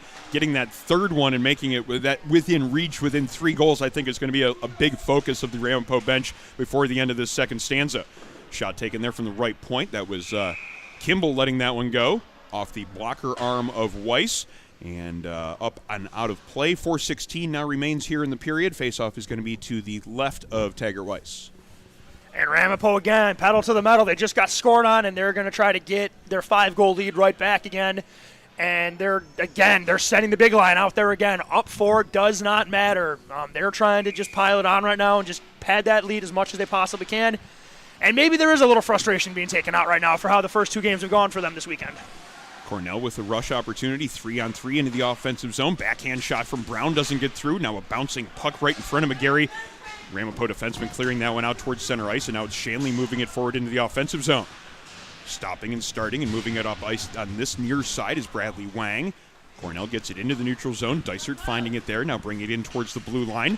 Kimball right out there to challenge him, though, before the blue line. It's just dumped into the offensive zone. The netminder picking it up, and now a little bit of pushing and shoving after that whistle as a couple of players having a little bit of a discussion there. That is Dennis Brown as well as Nicholas Waldron, and the two of them were certainly chirping at each other for a while, and maybe a little bit of extra gestures in there. We'll see if... wonder what they said. Yeah, we probably can't say it, but it's certainly not something that our microphones would be able to pick up. I can only surmise. So both players head off for a change as we get some fresh units out here for the last 3:46 of second period play. And this faceoff is going to be to the left of McGarry. Cornell winning it in a quick little faceoff play. Allen's shot just going off the pad of McGarry. Good look there to set up Allen with that opportunity early here. Puck played out through the neutral zone. Padmanabhan casually turns away from it. This could be an opportunity with that slow ice as charging into the offensive zone with Peter Pasquiel. Good read there by the netminder Taggart Weiss to make sure he came out of the net to play that one before the Ramapo player could get to it first. Yeah, and I think Ramapo knew that was going to be a slow roll, or maybe Padmanabhan didn't, because that wasn't going to make it to him, and he just took off up the ice to chase that puck down. So a little bit more than 3.5 to go in the period. Ramapo winning a clean faceoff, but a good shot block. This could be numbers for Alvarez and Cornell. Alvarez into the offensive zone, taking that shot, looking to go high glove. Might have rolled on him slightly there before he let that shot go. Goes high and off the glass, and then the net ends up coming off in the aftermath of that. So get an offensive zone draw here for Cornell, but that was a glorious opportunity that just went by the wayside. Yeah, I mean, it's a 3-on-1. I think you might want to maybe look to pass or slow down a little bit there. That short side corner might have been there for a second, but you got to put the puck on net too, though. You can't make it look pretty. You need to either get it on net for a rebound or something. High shot. I mean, they're lucky it didn't come out and waste any possession they had. Cornell unable to keep that possession in the offensive zone as Moskal takes it away and carries it in towards the offensive end. Weiss with a little bit of difficulty handling that dump in right on goal. Went off of his pad, and he thought it went to the corner, but it was right underneath his pad. He eventually locates it, covers it up for a whistle. Now 3:05 to go in the second period. 6-2 is our score in favor of the Ramapo Roadrunners, as they have picked up 2 more goals here in this period to go along with the 4 that they scored in the first period. And no surprise, it's a couple of their big guns leading the way. Thomas Moskal with a pair. Eddie Dada with 2 as well, looking for the third right there as he let that wrist shot go right off the faceoff. Didn't miss by a lot. Not much at all did he miss that third goal by. And now his team has an opportunity to create a little bit more offense. Shanley in behind the net with Dysert on him. Shanley manages to get it away and get that pass back towards the point, but it's intercepted. Brown unable to get it out of the zone, though, as it comes over towards the near boards. Eventually does come out to center ice. Brown along to Dysert. Dysert dumping it into the offensive zone as, again, the Ramapo defenders being aggressive in the neutral zone. Cobb picking it up there down below the goal line, feeds it out in front. Brown tries to get that redirection shot in on goal. I think it got poke-checked away from him before it could get there. And now it's Dada into the offensive zone as he tries to step around the defender. But Franklin Berry doing a good job of at least getting a piece of him and keeping that shot from getting in on net. Dysert now sidesteps the defender, and into the offensive zone come the Big Red. Cobb with that pass in towards the slot. There was a defenseman charging in. Franklin Berry tried to get that redirection. I think he got a piece of it, just couldn't get it past the pad of McGarry, as Cornell generating some opportunities here, but at least so far, for the most part, McGarry has stood up to those challenges and made his team's lead hold up. Puck ends up being deflected up and over the Cornell bench by a Cornell player. The faceoff will come right in front of that Cornell bench as we are under 2 minutes to go in period number 2. And both teams making some changes here when we get ready to go. It's going to be a 6-2 game still with Ramapo with the lead. And it's going to be one of the 2 goal scorers here tonight, Moskal, taking the draw. But it's going to be Cornell winning possession as Padmanabhan dumps it into the offensive end. Curtalo in the far corner. He takes a bump, but he gets that breakout pass up the right wing wall. Second pass is a little bit too far for its intended target. It comes back across the blue line into the offensive zone for Cornell. Allen leaving his feet to bring that puck down to his stick, but Ramapo getting the clear and forcing the defenseman Bradley Wang to head back behind his own net to start his Cornell breakout. Minute 28 now remaining in the period. Pass is banked off the near boards, but Pasquiel picking it up and getting it across to Curtalo. Curtalo looking to reverse it over to this near side, but Maurer unable to handle that pass. And now Cornell with a chance to go back inside their own zone to start it up ice. Another little bit of a funny bounce off of one of the stanchions, and this could be some numbers here from Cornell. Shot coming in from Benko on the far side, and the save is made by the arm of McGarry, as Cornell unable to keep it in the zone, and they have to head back to center ice before they can head back in. Puck is dumped in by Padmanabhan, and the first one to it is Curtalo behind the net for Ramapo. His pass up the near wall doesn't connect, but it does come into center ice. And now it's going to be Cornell looking to dump it right back into the offensive zone, and doing so is Jonah Kim. Maurer, though, finding control, chipping it off the boards. Eddie Dada into the offensive zone. Ramapo looking for that one last push offensively here before the end of the period. Unable to connect on that pass back to the point, and it comes out to center ice. Kimball just dumping it back into the offensive zone as we have 27 seconds remaining here in period number 2. Alvarez up the right side, dumps it in as again we see the aggressive Ramapo defense cutting off that time and space in the neutral zone. Kimball here on the near side looking to get it out of the zone, but it's going to be kept in by Kim. Gets it down low to Alvarez. That pass right out in front onto the tape of a defenseman. Now a puck right in front of McGarry as the defenseman for Ramapo did a good job there. He was actually on a knee, and then Shane Lovell grabbed control of it, made sure that his goaltender could get to it. And now we have a whistle and a stoppage with just 5 seconds remaining in the period. We'll see what Cornell has planned here for this last face-off of the frame. You and I are very aware of what they are capable of with a set play on the face-off. So I would expect to see them try to get a quick shot off this right here. Moskal, though, doing a good job at tying up that face-off as it comes sliding back towards the blue line. Shot as the horn goes by Shanley, goes wide of the Cornell net, and that's how period number 2 comes to a close. And a period that started off as one that it looked like Ramapo would have a chance to blow this game wide open. They had 4 minutes and change left on a major penalty. They were unable to score on that power play, and it looked like Cornell was actually the team that was gaining a little bit of life from that penalty kill. Unfortunately, though, from the Cornell perspective, Ramapo got the game's first goal, and now they have a 6-2 lead as we step away for second period intermission. Sean, looking at it the way that frame was played, it seemed like the type of period that Cornell needed in order to get back into this game, but it was just that one bounce and the one goal that Ramapo scored about halfway through. Yeah, they were well on their way to creating some momentum and scoring chances, but then the captain for Ramapo, Eddie Dada, just ended the run right there with a really nice-looking play. Another goal, Alexei Rogotkin might tell you he wants back, but be that as it may, it gets him up 6-2. Cornell was able to get another goal, but Ramapo had to get one before Cornell was able to get their second. So, game's certainly far from over, but Cornell's going to need to play a perfect period, and Ramapo's going to need to make a lot of mistakes. Our coverage of the UNYCHL Invitational at Elmira is presented by Buffalo Golf & Social, Western New York's leading indoor golf facility. Simulators, lessons, leagues, Buffalo Golf & Social is the area's best destination for year-round practice and instruction. Also with great beer and wine selection, it's the perfect place to sit and watch golf with others who love the game. Locations in downtown and in Orchard Park. Book your next event at Buffalo Golf & Social. The UNYCHL Invitational at Elmira also brought to you by the Elmira Tea and Coffee House. Owned and operated by the local nonprofit group Capabilities. Capabilities has empowered Southern Tier residents with disabilities to achieve their career and educational goals for over 60 years. And we certainly encourage you to visit the Elmira Tea and Coffee House located at 100 West Water Street, just about a block from First Arena. They're brewing up hockey-themed specials all weekend long. Open till 4 o'clock today. The Elmira Tea and Coffee House, a cafe with a cause. This broadcast also brought to you by Militello Realty, Western New York's premier commercial real estate broker. To buy, sell, or lease any office, retail, industrial, or investment property, trust the unparalleled knowledge and experience of Militello Realty. Also by Westher Auto, the largest automotive dealership group in New York State.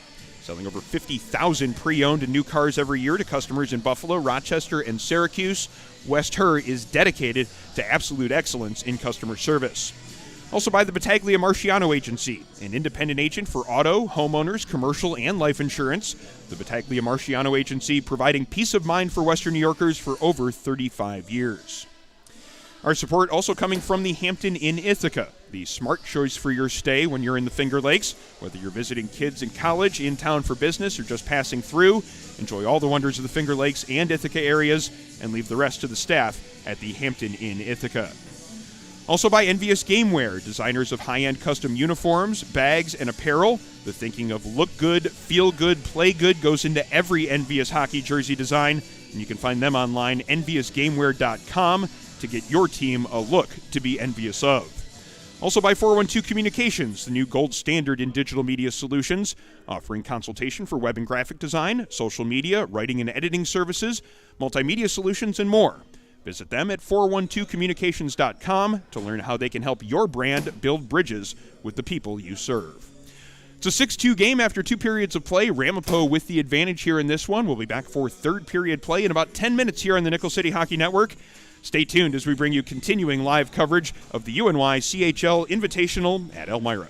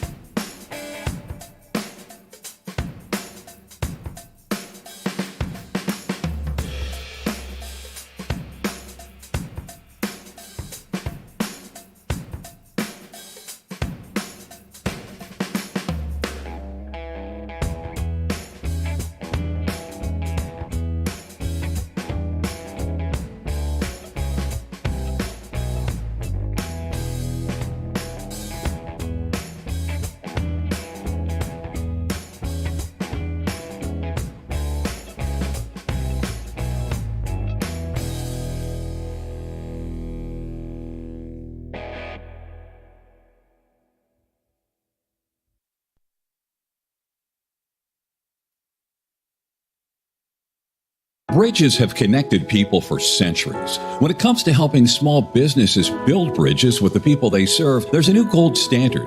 412 Communications offers a uniquely comprehensive array of media solutions to help your brand establish and maintain strong, lasting connections with your clientele.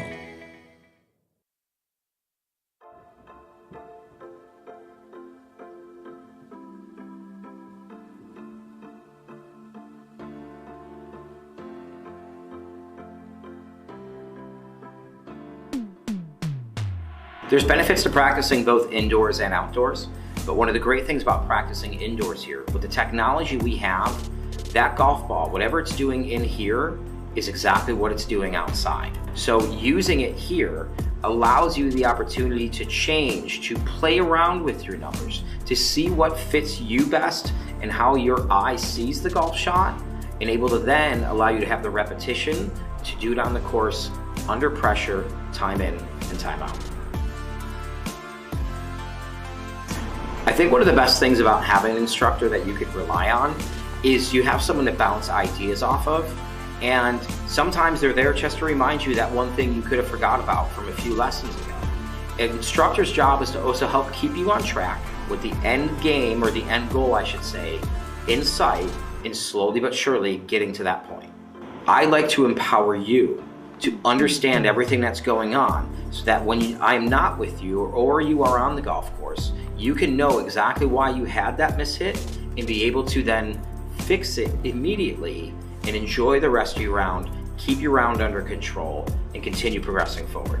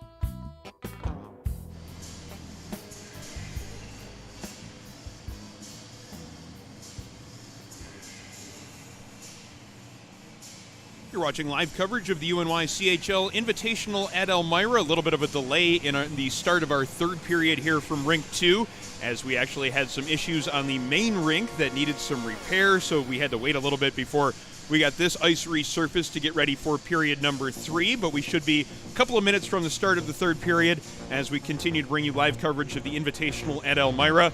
And our showcase coverage is presented by Buffalo Golf and Social, Buffalo's best destination for year-round practice and instruction. Simulators, lessons, leagues, Buffalo Golf and Social is the area's best destination for year-round practice and instruction. Also great beer and wine selection, so the perfect place to sit and watch golf with others who love the game. Buffalo Golf and Social with locations downtown Buffalo and in Orchard Park.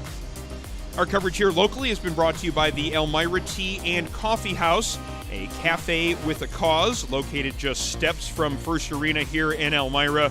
They've been brewing up hockey-themed specials all weekend long. Be sure to visit the Elmira Tea and Coffee House, 100 West Water Street, open until 4 p.m. this afternoon. This broadcast also brought to you by Militello Realty, Western New York's premier commercial real estate broker, by West Her Auto, the largest automotive dealership in New York State, by the Battaglia Marciano Agency, an independent agent for auto, homeowners, commercial, and life insurance, as well as by the Hampton Inn Ithaca, the smart choice for your stay in the Finger Lakes, and by Envious Gameware, designers of high-end custom hockey uniforms, bags, and apparel, as well as by 412 Communications, the new gold standard in digital media solutions. A couple of moments away from third period play. We'll be back in about 2 or 3 minutes with the start of the third period. It is Ramapo leading after 2 by a score of 6-2.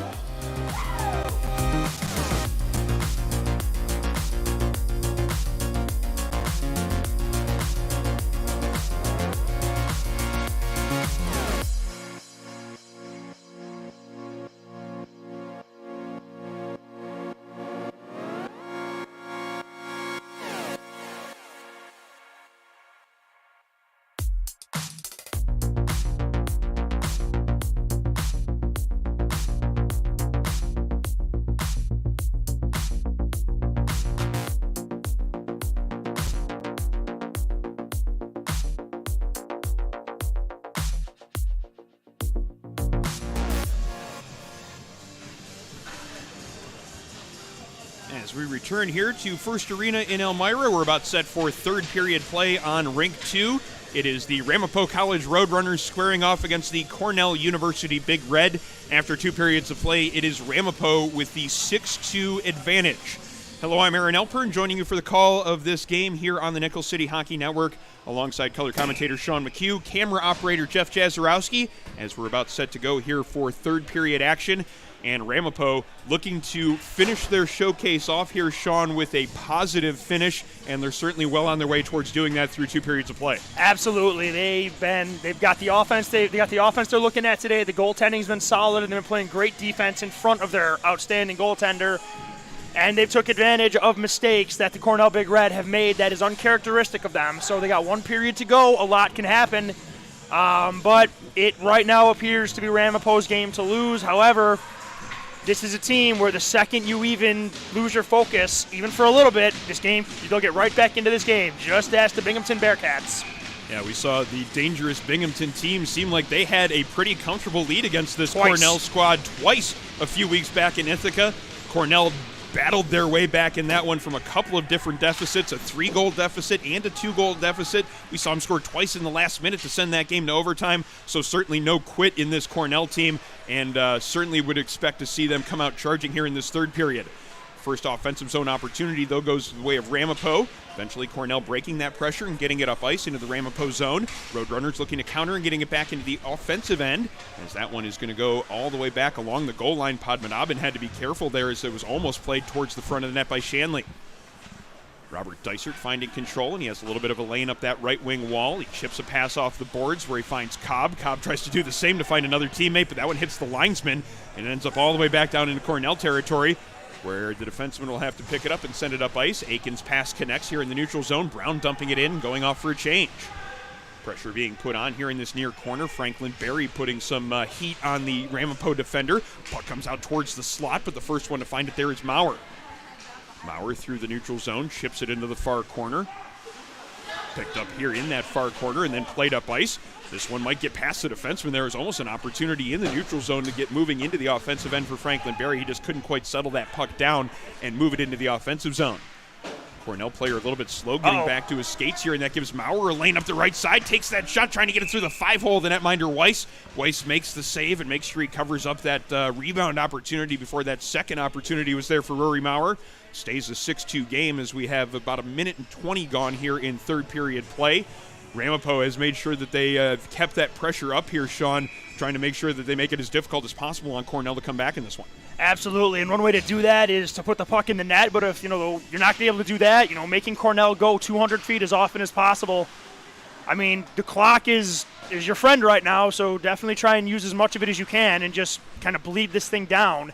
Not that they have to play super safe or anything, just, don't open the door for Cornell at all.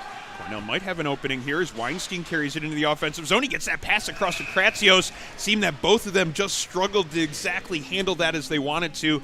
The first handle to pick up that loose puck was a little bit off, and then Kratsios maybe not getting quite the accuracy he wanted on that shot.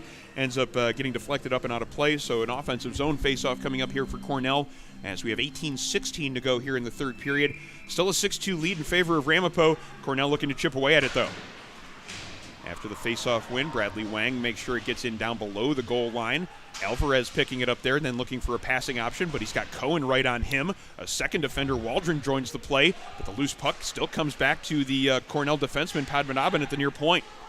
Down low to Kratsios as he looks to get that pass out in front. It hits the side of the net, and then a Ramapo player plays it off towards the corner.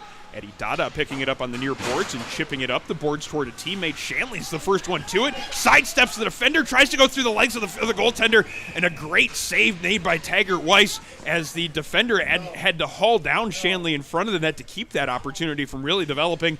Weiss making the good save. Penalty is taken, though, as this one's going to be an opportunity now for Ramapo to add to their lead, as taking the penalty is the captain, Joey Padmanabhan, the big defenseman for Cornell. Seemed like that was what he had to do, really, to keep that one from becoming a goal. Oh, absolutely. That's not a bad penalty to take. It's just, Cornell's trying to get back into this game. Well, that is not how they do that.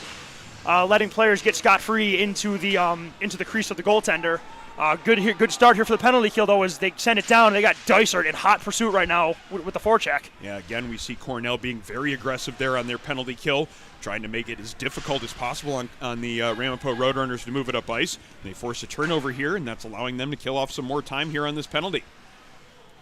Attempt to clear it up ice, ends up hitting the linesman, then going into the bench. That's unfortunate. That's not exactly what Cornell was looking for there in that exchange. They had an opportunity to kill off about 20 seconds of that penalty, but a little bit of a misangled clearing play there from Franklin Berry ends up hitting the linesman in the back, then going into the Cornell bench, and now it's going to end up being a defensive zone draw for Cornell. Dysert and Moskal on for this draw. Moskal winning it cleanly, and now that allows Ramapo to get their power play set up. Moskal now below the goal line in the far corner. As people move into proper position, he gets it back to Dada. Now Dada back to Mosko along the near wall. Again, some aggressiveness there from the Cornell penalty killers, forcing a loose puck. But Maurer picking it up and sending it around behind the net. Now here on the near side, the aggressiveness again paying off. This could be a break for Dennis Brown. Brown in one-on-one, but great defense. Rick Kimball might have been a touch out of position there, but he had good poise, good patience. Got that stick in there to create a loose puck. Oh, wait, that's going to work. Eddie Dada loses control of it, and that might give Cornell a chance here in the offensive zone. Cobb with that shot. Save is made by McGarry as that came together very quickly, and an opportunity shorthanded for the Big Red. 4-on-2, though, the other way for Ramapo. They get it just inside the blue line, and now a cross-ice pass. That one ends up going to a Cornell player. They're going to get another opportunity to move it up ice. Cobb with an errant pass, though, is looking for a teammate there in the neutral zone. It goes to a Ramapo player, and they bring it right back into the offensive end. Now around behind the net, and that's where Eddie Dada will find it here at the near point. Dada unable to connect on that pass. Didn't quite get as much on it as he wanted to get it to Moskal. Cobb getting the clear then with 23 seconds remaining in the Cornell penalty. As setting up behind his net is Curatalo to start the breakout. His pass, though, a little bit off the mark. That might give an opportunity here for Cornell's Kratsios to do something in the offensive zone. Has two different Ramapo players on him quickly, but an errant Roadrunner pass then goes right into the neutral zone where Allen picks it up and sends it right back in. Cornell has killed off all but the last 2 seconds here of this penalty. Ramapo through the neutral zone. This is Pasquiel. Drops a pass, but 2 players overskate it. Now it's going to be Alvarez in the other direction. Alvarez across center red, but a teammate going in offsides, and that was actually maybe a couple of strides offside. So certainly not the first 5 minutes that Cornell wants here in this game in this third period as they try to chip away at this 4-goal deficit. And now we'll have a neutral zone faceoff coming up. 15:29 is what remains here in period number 3. Yep, and so far, so good for Ramapo. Not a whole lot of danger, scoring chances. There's almost one a second ago. But they're doing everything according to plan right here. Just keep it in front of them. Don't open the door for Cornell. And the thing is, if Cornell has to be aggressive, they're going to open the door to make mistakes. So Ramapo just needs to just keep doing what they're doing and play sound here. Ramapo not able to keep this puck in the zone for very long. There is puck is played up ice by Weinstein. Comes back past Weinstein and then picked up by Harry Akins as he carries it into the offensive zone. This is one of those big, good moving defensemen from Cornell. A lot of their power comes from that back end, and a big reason is Harry Akins. Now he's camped out in front of the net looking for a rebound opportunity. Puck comes out to Eddie Dada. Now he moves it up ice to Shanley. Shanley looking to step around Weinstein just inside the blue line. He ends up firing it in behind the net. Picked up there and drop pass from Franklin Berry, but player isn't able to get to it as quickly as possible. And now it's a little bit more work for Harry Akins in behind his net with Cohen on him.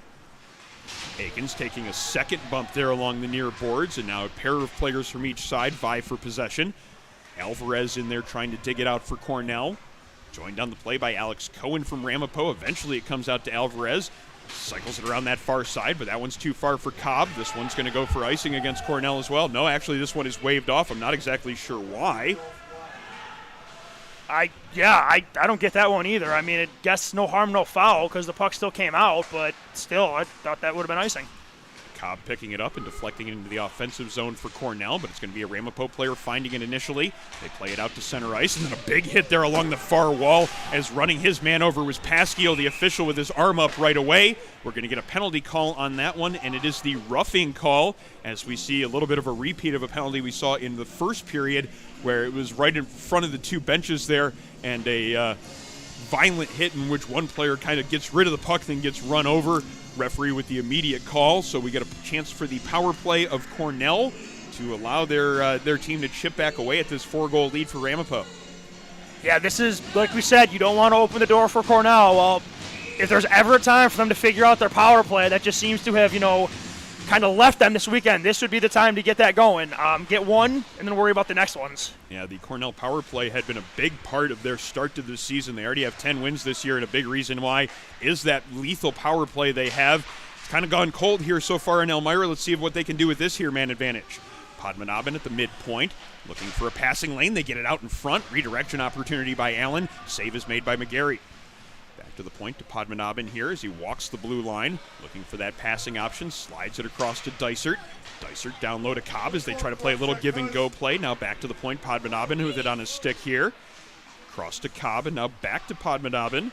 Cobb looking for that shooting lane, fires it high and wide, and basically does all the work for the Ramapo penalty killers, getting the clear themselves. Allen is occupying 2 defenders right there. Get the puck down low and start to work that way. I mean, he's planning in front of that net, and it takes 2 guys to move him an inch. Like, use that. Get down to that space and force those defensemen to move off him. Yeah, if there are 2 defenders focusing on one player in front of the net, that means there has to be room along the perimeter. Wait to see whether or not Cornell can find a way to make this power play work a little bit better. It seems to be stuck in neutral at the moment. Dada forcing a turnover. He's looking for his second shorthanded goal of the game. Almost sidesteps Max Miller there in the neutral zone. Still gets it up ice into the offensive end, killing off more precious seconds here on this penalty. Carrying it up ice now through the neutral zone is Bradley Wang for Cornell. Gets it to Alvarez, and then Alvarez dumps it in, takes a funny bounce right out in front to Cornell, and an opportunity for a rebound, and it's put home. It's Max Weinstein getting the goal, Matthew Weinstein rather, and that was the great bounce that they must have been looking for. We've seen a little bit of that funny bounce here in this arena already this weekend. It seemed like a normal play in which the puck was being rimmed around the boards. It took a funny bounce, hit off the side of the post, and then came right out in front of the net. McGarry didn't have enough time to recover to get himself back in position. Yeah, that's like you just said, Aaron. You couldn't have said it better. That is the bounce the Cornell Big Red needed. They're going to go put the pedal back to the metal, try to get another quick one, and get back into this game. 3-goal lead is not insurmountable by any means. It's a power play goal, but certainly not the normal sort of power play goal that we might be used to seeing. They didn't exactly get things set up along the perimeter and make those precision passes, but all that matters is where the puck ends up. In this case, it's in the back of the net, and it's the 3rd Cornell goal. It's now a 6-3 game, so a little bit of new life in this Cornell team, but we again have them trying to make a late change, and the referee forcing some players to come back onto the ice that had been going off. So see whether or not we have people that are a little bit winded out there for Cornell after that last goal. I think Ramapo had that exact. What happened there? Players losing their edges here in the neutral zone. At the same time, like, man. A couple more players go down inside the Cornell zone as the puck comes back towards the point. Alvarez making sure it gets out to center ice, but Moskal picks it up there.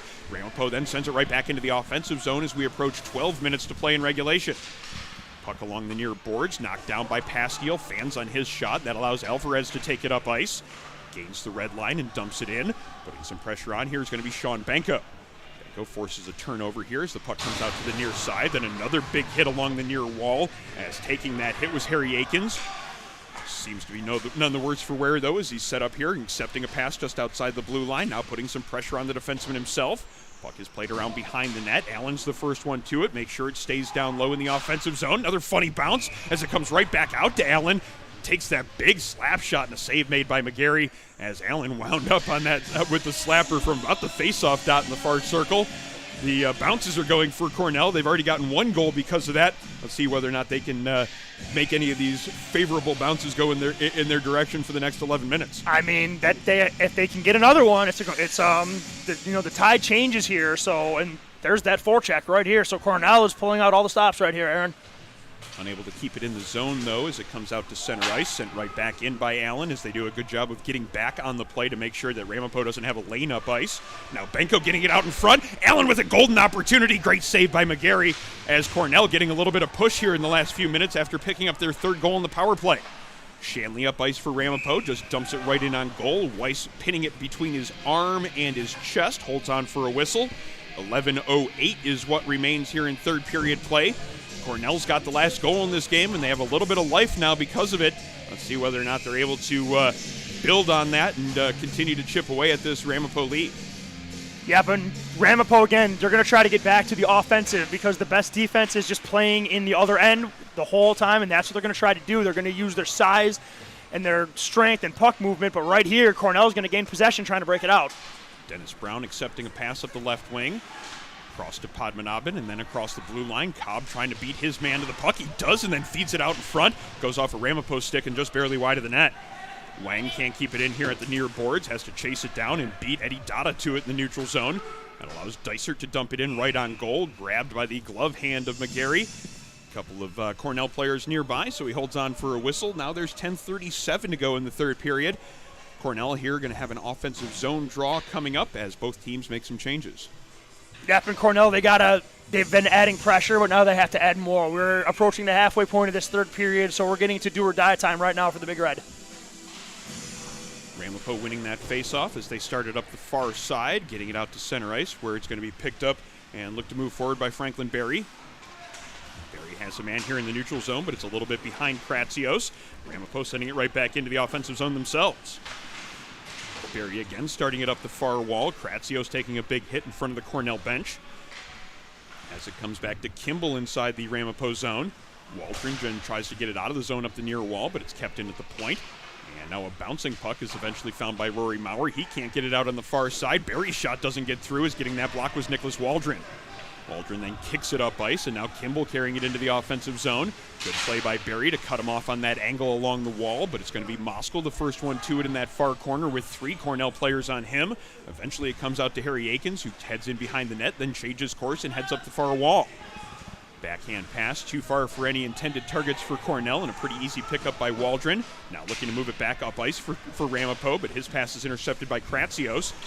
And Shanley has to dig it out of his stick and then move it up to Moskal. Moskal tries to get that shot through. It's blocked on the way in. And now up against that far wall is Cornell trying to move it up ice with Kratsios, but it ends up underneath a Ramapo player for a moment. And then eventually the loose puck comes over to Curatalo, who dumps it right back into the offensive zone. It seems like Ramapo is going to be content to making sure it gets deep as often as they possibly can for these next 9 minutes.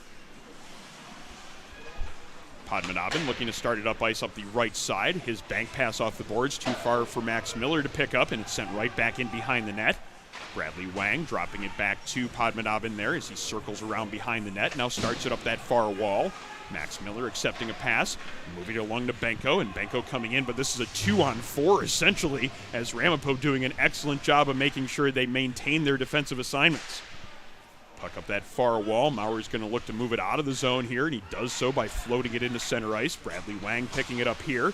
Gets it up ice to Allen, but Allen struggles to handle that pass as cleanly as he would have liked to. Ramapo then moves it right back through center ice, and now Benko dumps it into the offensive zone, but he keeps it, doesn't keep it underneath the glass of the far side, so that one goes out of play. And the faceoff will come right back to the center ice dot in the middle of the surface here. 8:26 now remaining here in third period play as Ramapo is protecting a 3-goal lead. And Ramapo, again, doing a really, really nice job keeping everything in front and limiting any sort of high-danger opportunities for Cornell. And they're also able to do it without sacrificing their offensive game because, again, you can never have too many goals at this game. So they're trying to score, but they're also making sure that they're taking care of their responsibilities first to prevent any sort of craziness from happening, because at the end of these games, especially when Cornell's involved, they can get crazy. I think what you're seeing here is a focus on not just playing defense in their own zone from Ramapo, but they are absolutely swarming in the neutral zone, making it as difficult as possible just to get it into the offensive end for Cornell. Again, they have some difficulty just breaking it out there as Harry Akins' pass hits a body from Ramapo and then goes up and out of play. So under 8 minutes to go now, and it's still a 3-goal lead here for Ramapo. Yep, and again, Ramapo continuing to keep it on the Cornell side of center ice. Well, right? Yes. So they're going to keep the puck on the Cornell side of center ice, and like you're saying, Aaron, they're sending in 3 forwards on the forecheck right now, getting sticks and lanes and body on player right now just to make every pass, every carry, every stride just miserable for Cornell as they try to get back into this game. Cornell again going to have to set it up behind their own net, but a turnover is forced there by Klutkowski. Now up the near boards. Kimball looking for that shooting lane from the right point. He's got some heat on him there from Dennis Brown. Has to be careful there. That's a spot where he might want to just make sure it gets down low in the offensive zone. They're unable to get it down deep, as now carrying it through the neutral zone and dumping it in is Franklin Berry. He gets knocked down on that play, but it's going to be Dennis Brown, the first one with an opportunity to get to that loose puck. Kimball, though, beats him to it and tries to slide it up the far wall, but Kratsios coming in with support. Pass right out in front of the net. Brown almost able to get a stick on that and get that shot past the netminder, but McGarry making the stop. Puck is knocked out of midair by Wang on the far side of the neutral zone. Ramapo dumping it in. 7 minutes to go as Ramapo makes a wholesale change here. Cornell, though, pretty patiently before they move it up ice. Padmanabhan allowing the forecheckers to get to him there before he finally moves it up to Kratsios. Kratsios into the offensive end, takes the shot from distance. McGarry making the save, but a little bit too casual with it. There was a rebound there for a moment. Ramapo getting it out of danger as Moskal skates it through the neutral zone. 3-on-2 potentially they're setting it up. Ramapo just dumping it into the offensive zone. However, puck is kept in by Curatalo at the point. Now it comes out to the near boards where it's going to be Padmanabhan looking for a long pass into the neutral zone. Alvarez, though, can't handle it as it's right in front of the Cornell bench. pass here along the near boards. It comes off the boards from Lovell. And then a big hit along the Good blue hit. line, as that was Harry Akins making sure he knocked his man down, but also kind of held back a little bit so he didn't get that excessively violent hit penalty that we've seen called a couple of times in this game. Yes, we have seen it right there. They let it go. Yeah, that was a little tighter collision, but we have seen that called also, so it could go either way here. Under 6 minutes to play here is Cornell continuing to try to get themselves up ice and to create some offense. This one might go for an icing. It's a little bit of a foot race for that puck. Winning the battle, though, is number 22, Rick Kimball. So we get an offensive zone draw here for Ramapo with 5:51 to go in regulation. And Ramapo's doing exactly what you would like to see them do, protecting a lead, making things as complicated as possible for just to break out of their own zone for Cornell. All three zones really is how they're playing in this one. Yeah, and that's exactly what you need to do to slow down an offense that can put the puck in the net the way Cornell can. Just slow them down at every level and just make every inch take 15 seconds to gain, because now the clock is the mortal enemy of the Cornell Big Red. And it's Ramapo keeping it in the offensive zone here as we have 5:40 to play in regulation. Just a little bit of extra time there, making it that much more complicated for the Cornell Big Red. That was almost an icing there on the play, but beating it out was Allen. Kept in here at the point. Harry Akins shot right in on goal, pretty easily steered off to the corner by the netminder McGarry. Shot from the far boards goes wide as Akins slides in to make sure it stays deep in the offensive zone for the Big Red. Dysert trying to get that puck away from the defenseman in the far corner, Kimball. Big Red keeping it in here as it's now Dysert again here on the near side, taking a hit, but making sure he cycles it down low to his line mate, Dennis Brown. Dennis Brown in behind the net. Can't find Dysert with that one. Ramapo getting the clear. 4:58 now remaining in regulation as all five players looking to make a change for Ramapo. They get that change done pretty quickly, and everybody's back in defensive position before Cornell can even get it into the offensive end. Yeah, look at this team defense right here. Everybody in black is below the dot right now. And they force a loose puck, and they get themselves to carry it up ice with Pasquiel. Make sure it gets into the offensive zone where Moskal finds control of it. Good defense, though, as not allowing that pass to come across was Padmanabhan. Puck into the neutral zone. Now a one-on-one battle for it. Dysert winning it. Could be some numbers here for the Big Red. Dennis Brown across to Cobb. Cobb with the forehand shot. McGarry making the save as Cobb handled the pass on the backhand. Got it to the forehand, but that was just enough time for McGarry to get back into position to make the stop. Now an opportunity for Moskal's third of the game. Can't get it past the netminder. Good recovery. As Weiss sprawling to make that stop and keep this one from becoming a 7-3 game.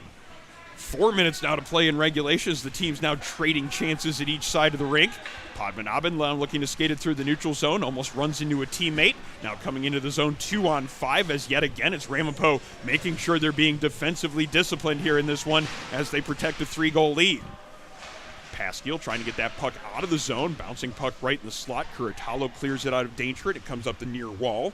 Kept in by Harry Akins. His shot doesn't quite get to the cage as it hits a body in front. Cleared off to the corner and now up the far wall. Player is knocked down over there as the shot is taken from the far point. Right in on goal by Franklin Berry. McGarry again with another save. Now it's just inside the blue line here at this near side as a maze of bodies in there trying to dig that puck out of the off the wall here against the near boards. The player that does so is Curatalo, and Ramapo moves it into the neutral zone. 3:14 to go. Cornell looking to get their goaltender out of the net with a 3-goal deficit and 3 minutes to play. There's a delayed penalty. Yes, there was a delayed penalty coming up against Ramapo. That's why the puck's in the netminder net. is leaving. Puck's in the net too, I think. No, it's not. They blew an early whistle. So 3:06 to play, and my mistake there is thinking that Cornell had pulled their netminder to get the 6-on-5. It was actually the delayed penalty coming up against number 6, Luca Carnamola. As now it is this is the opportunity, and they are going to pull the goalie here for this man advantage. So it's going to be a 6-on-4 when we get restarted here. A little bit more than 3 minutes to play, and this is the power play that Cornell really needs to take advantage of, Sean. And they have to. There's no bones about it. They have to get one here if they're going to have any chance of getting back into this game. I mean, we've said this, I think, 4 times today. This has been their bread and butter. Well, it's got to be right here if they're going to have any chance of getting back into it. And they win the faceoff to start the power play. Padmanabhan and Cobb up top. They get it down low to Dysert. Dysert now back to Padmanabhan, looking for that shooting lane, but Ramapo collapsing nicely. Ended up being chipped. It looked like it hit the top of the net as it changed directions there off of a Ramapo stick. Max Miller looking for that pass out in front, but again, Ramapo clogging the front of the net, making sure there isn't a whole lot of room to operate there. Cobb eventually lets a shot go, hits a body in the mid-slot, and then slowly trickles towards McGarry. He covers that one up with the glove hand. Now a minute 34 to go in this Ramapo penalty.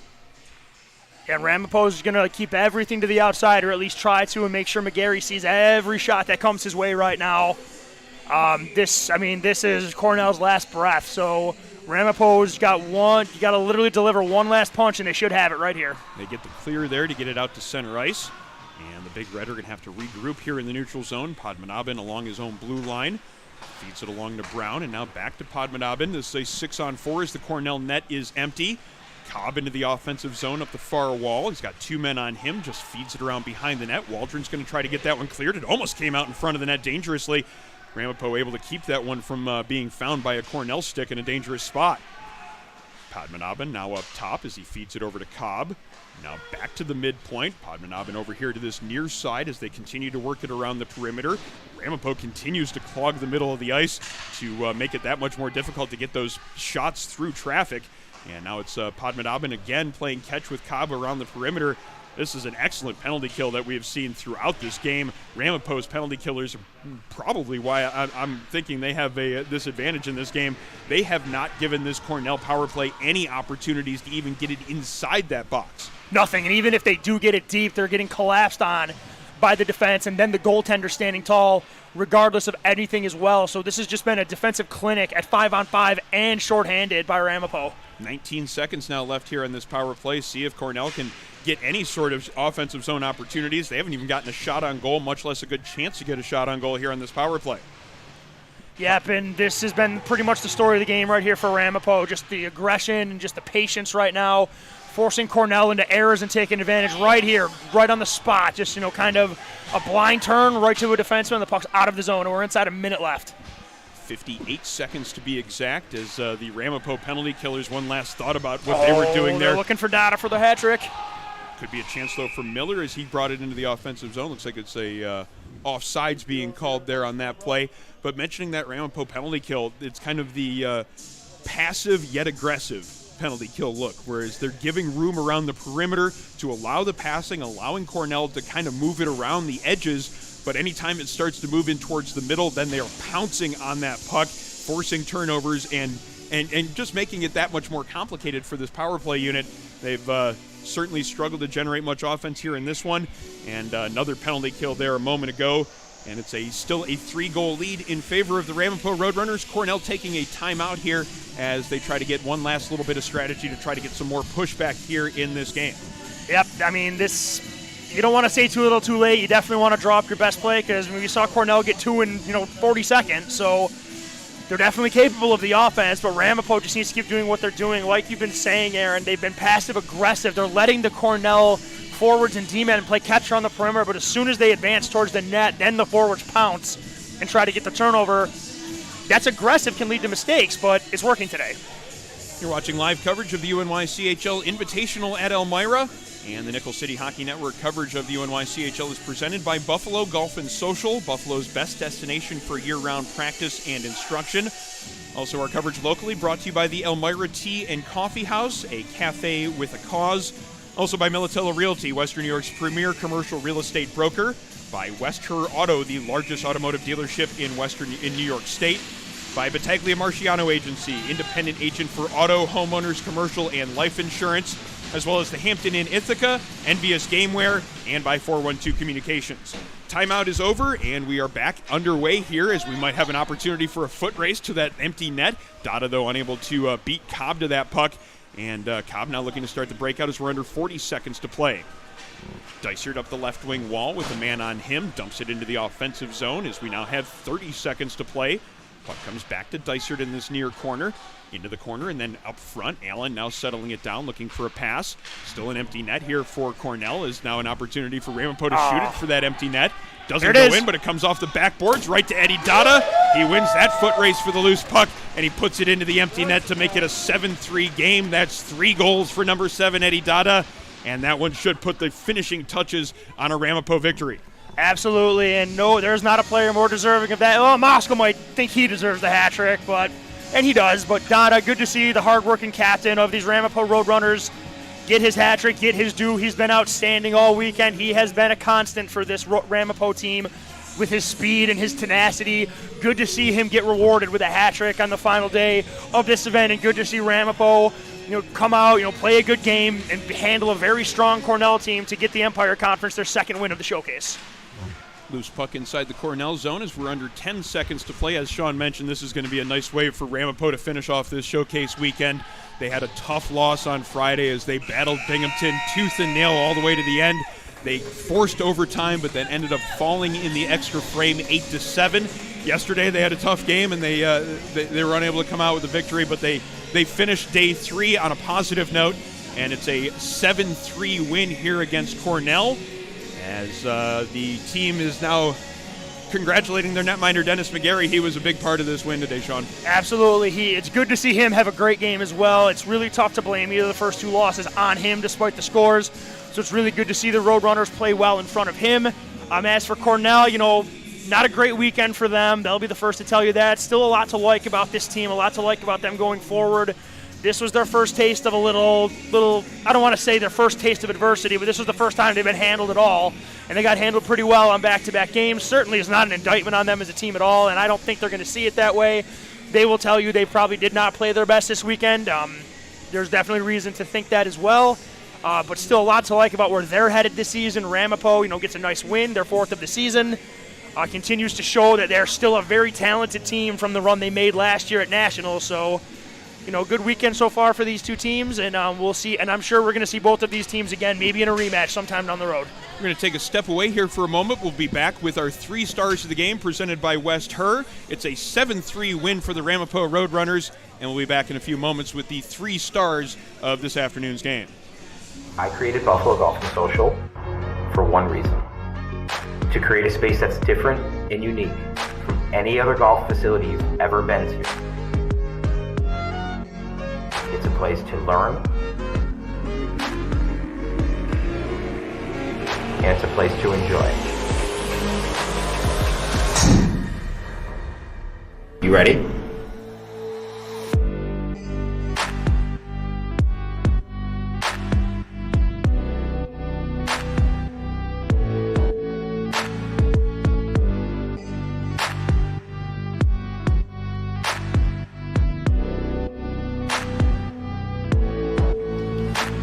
People ask, what is Buffalo Golf and Social?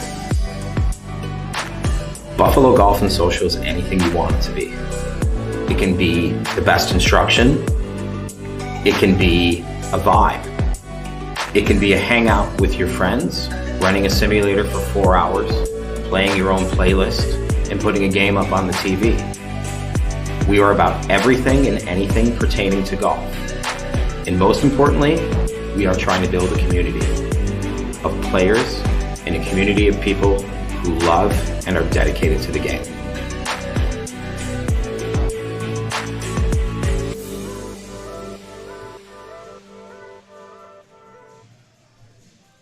Back here live at First Arena in Elmira as we're ready to pick our 3 stars of today's game. It was a 7-3 win for the Ramapo Roadrunners, and we're going to give the first star to the guy who scored 3 goals, including the last one there, empty net.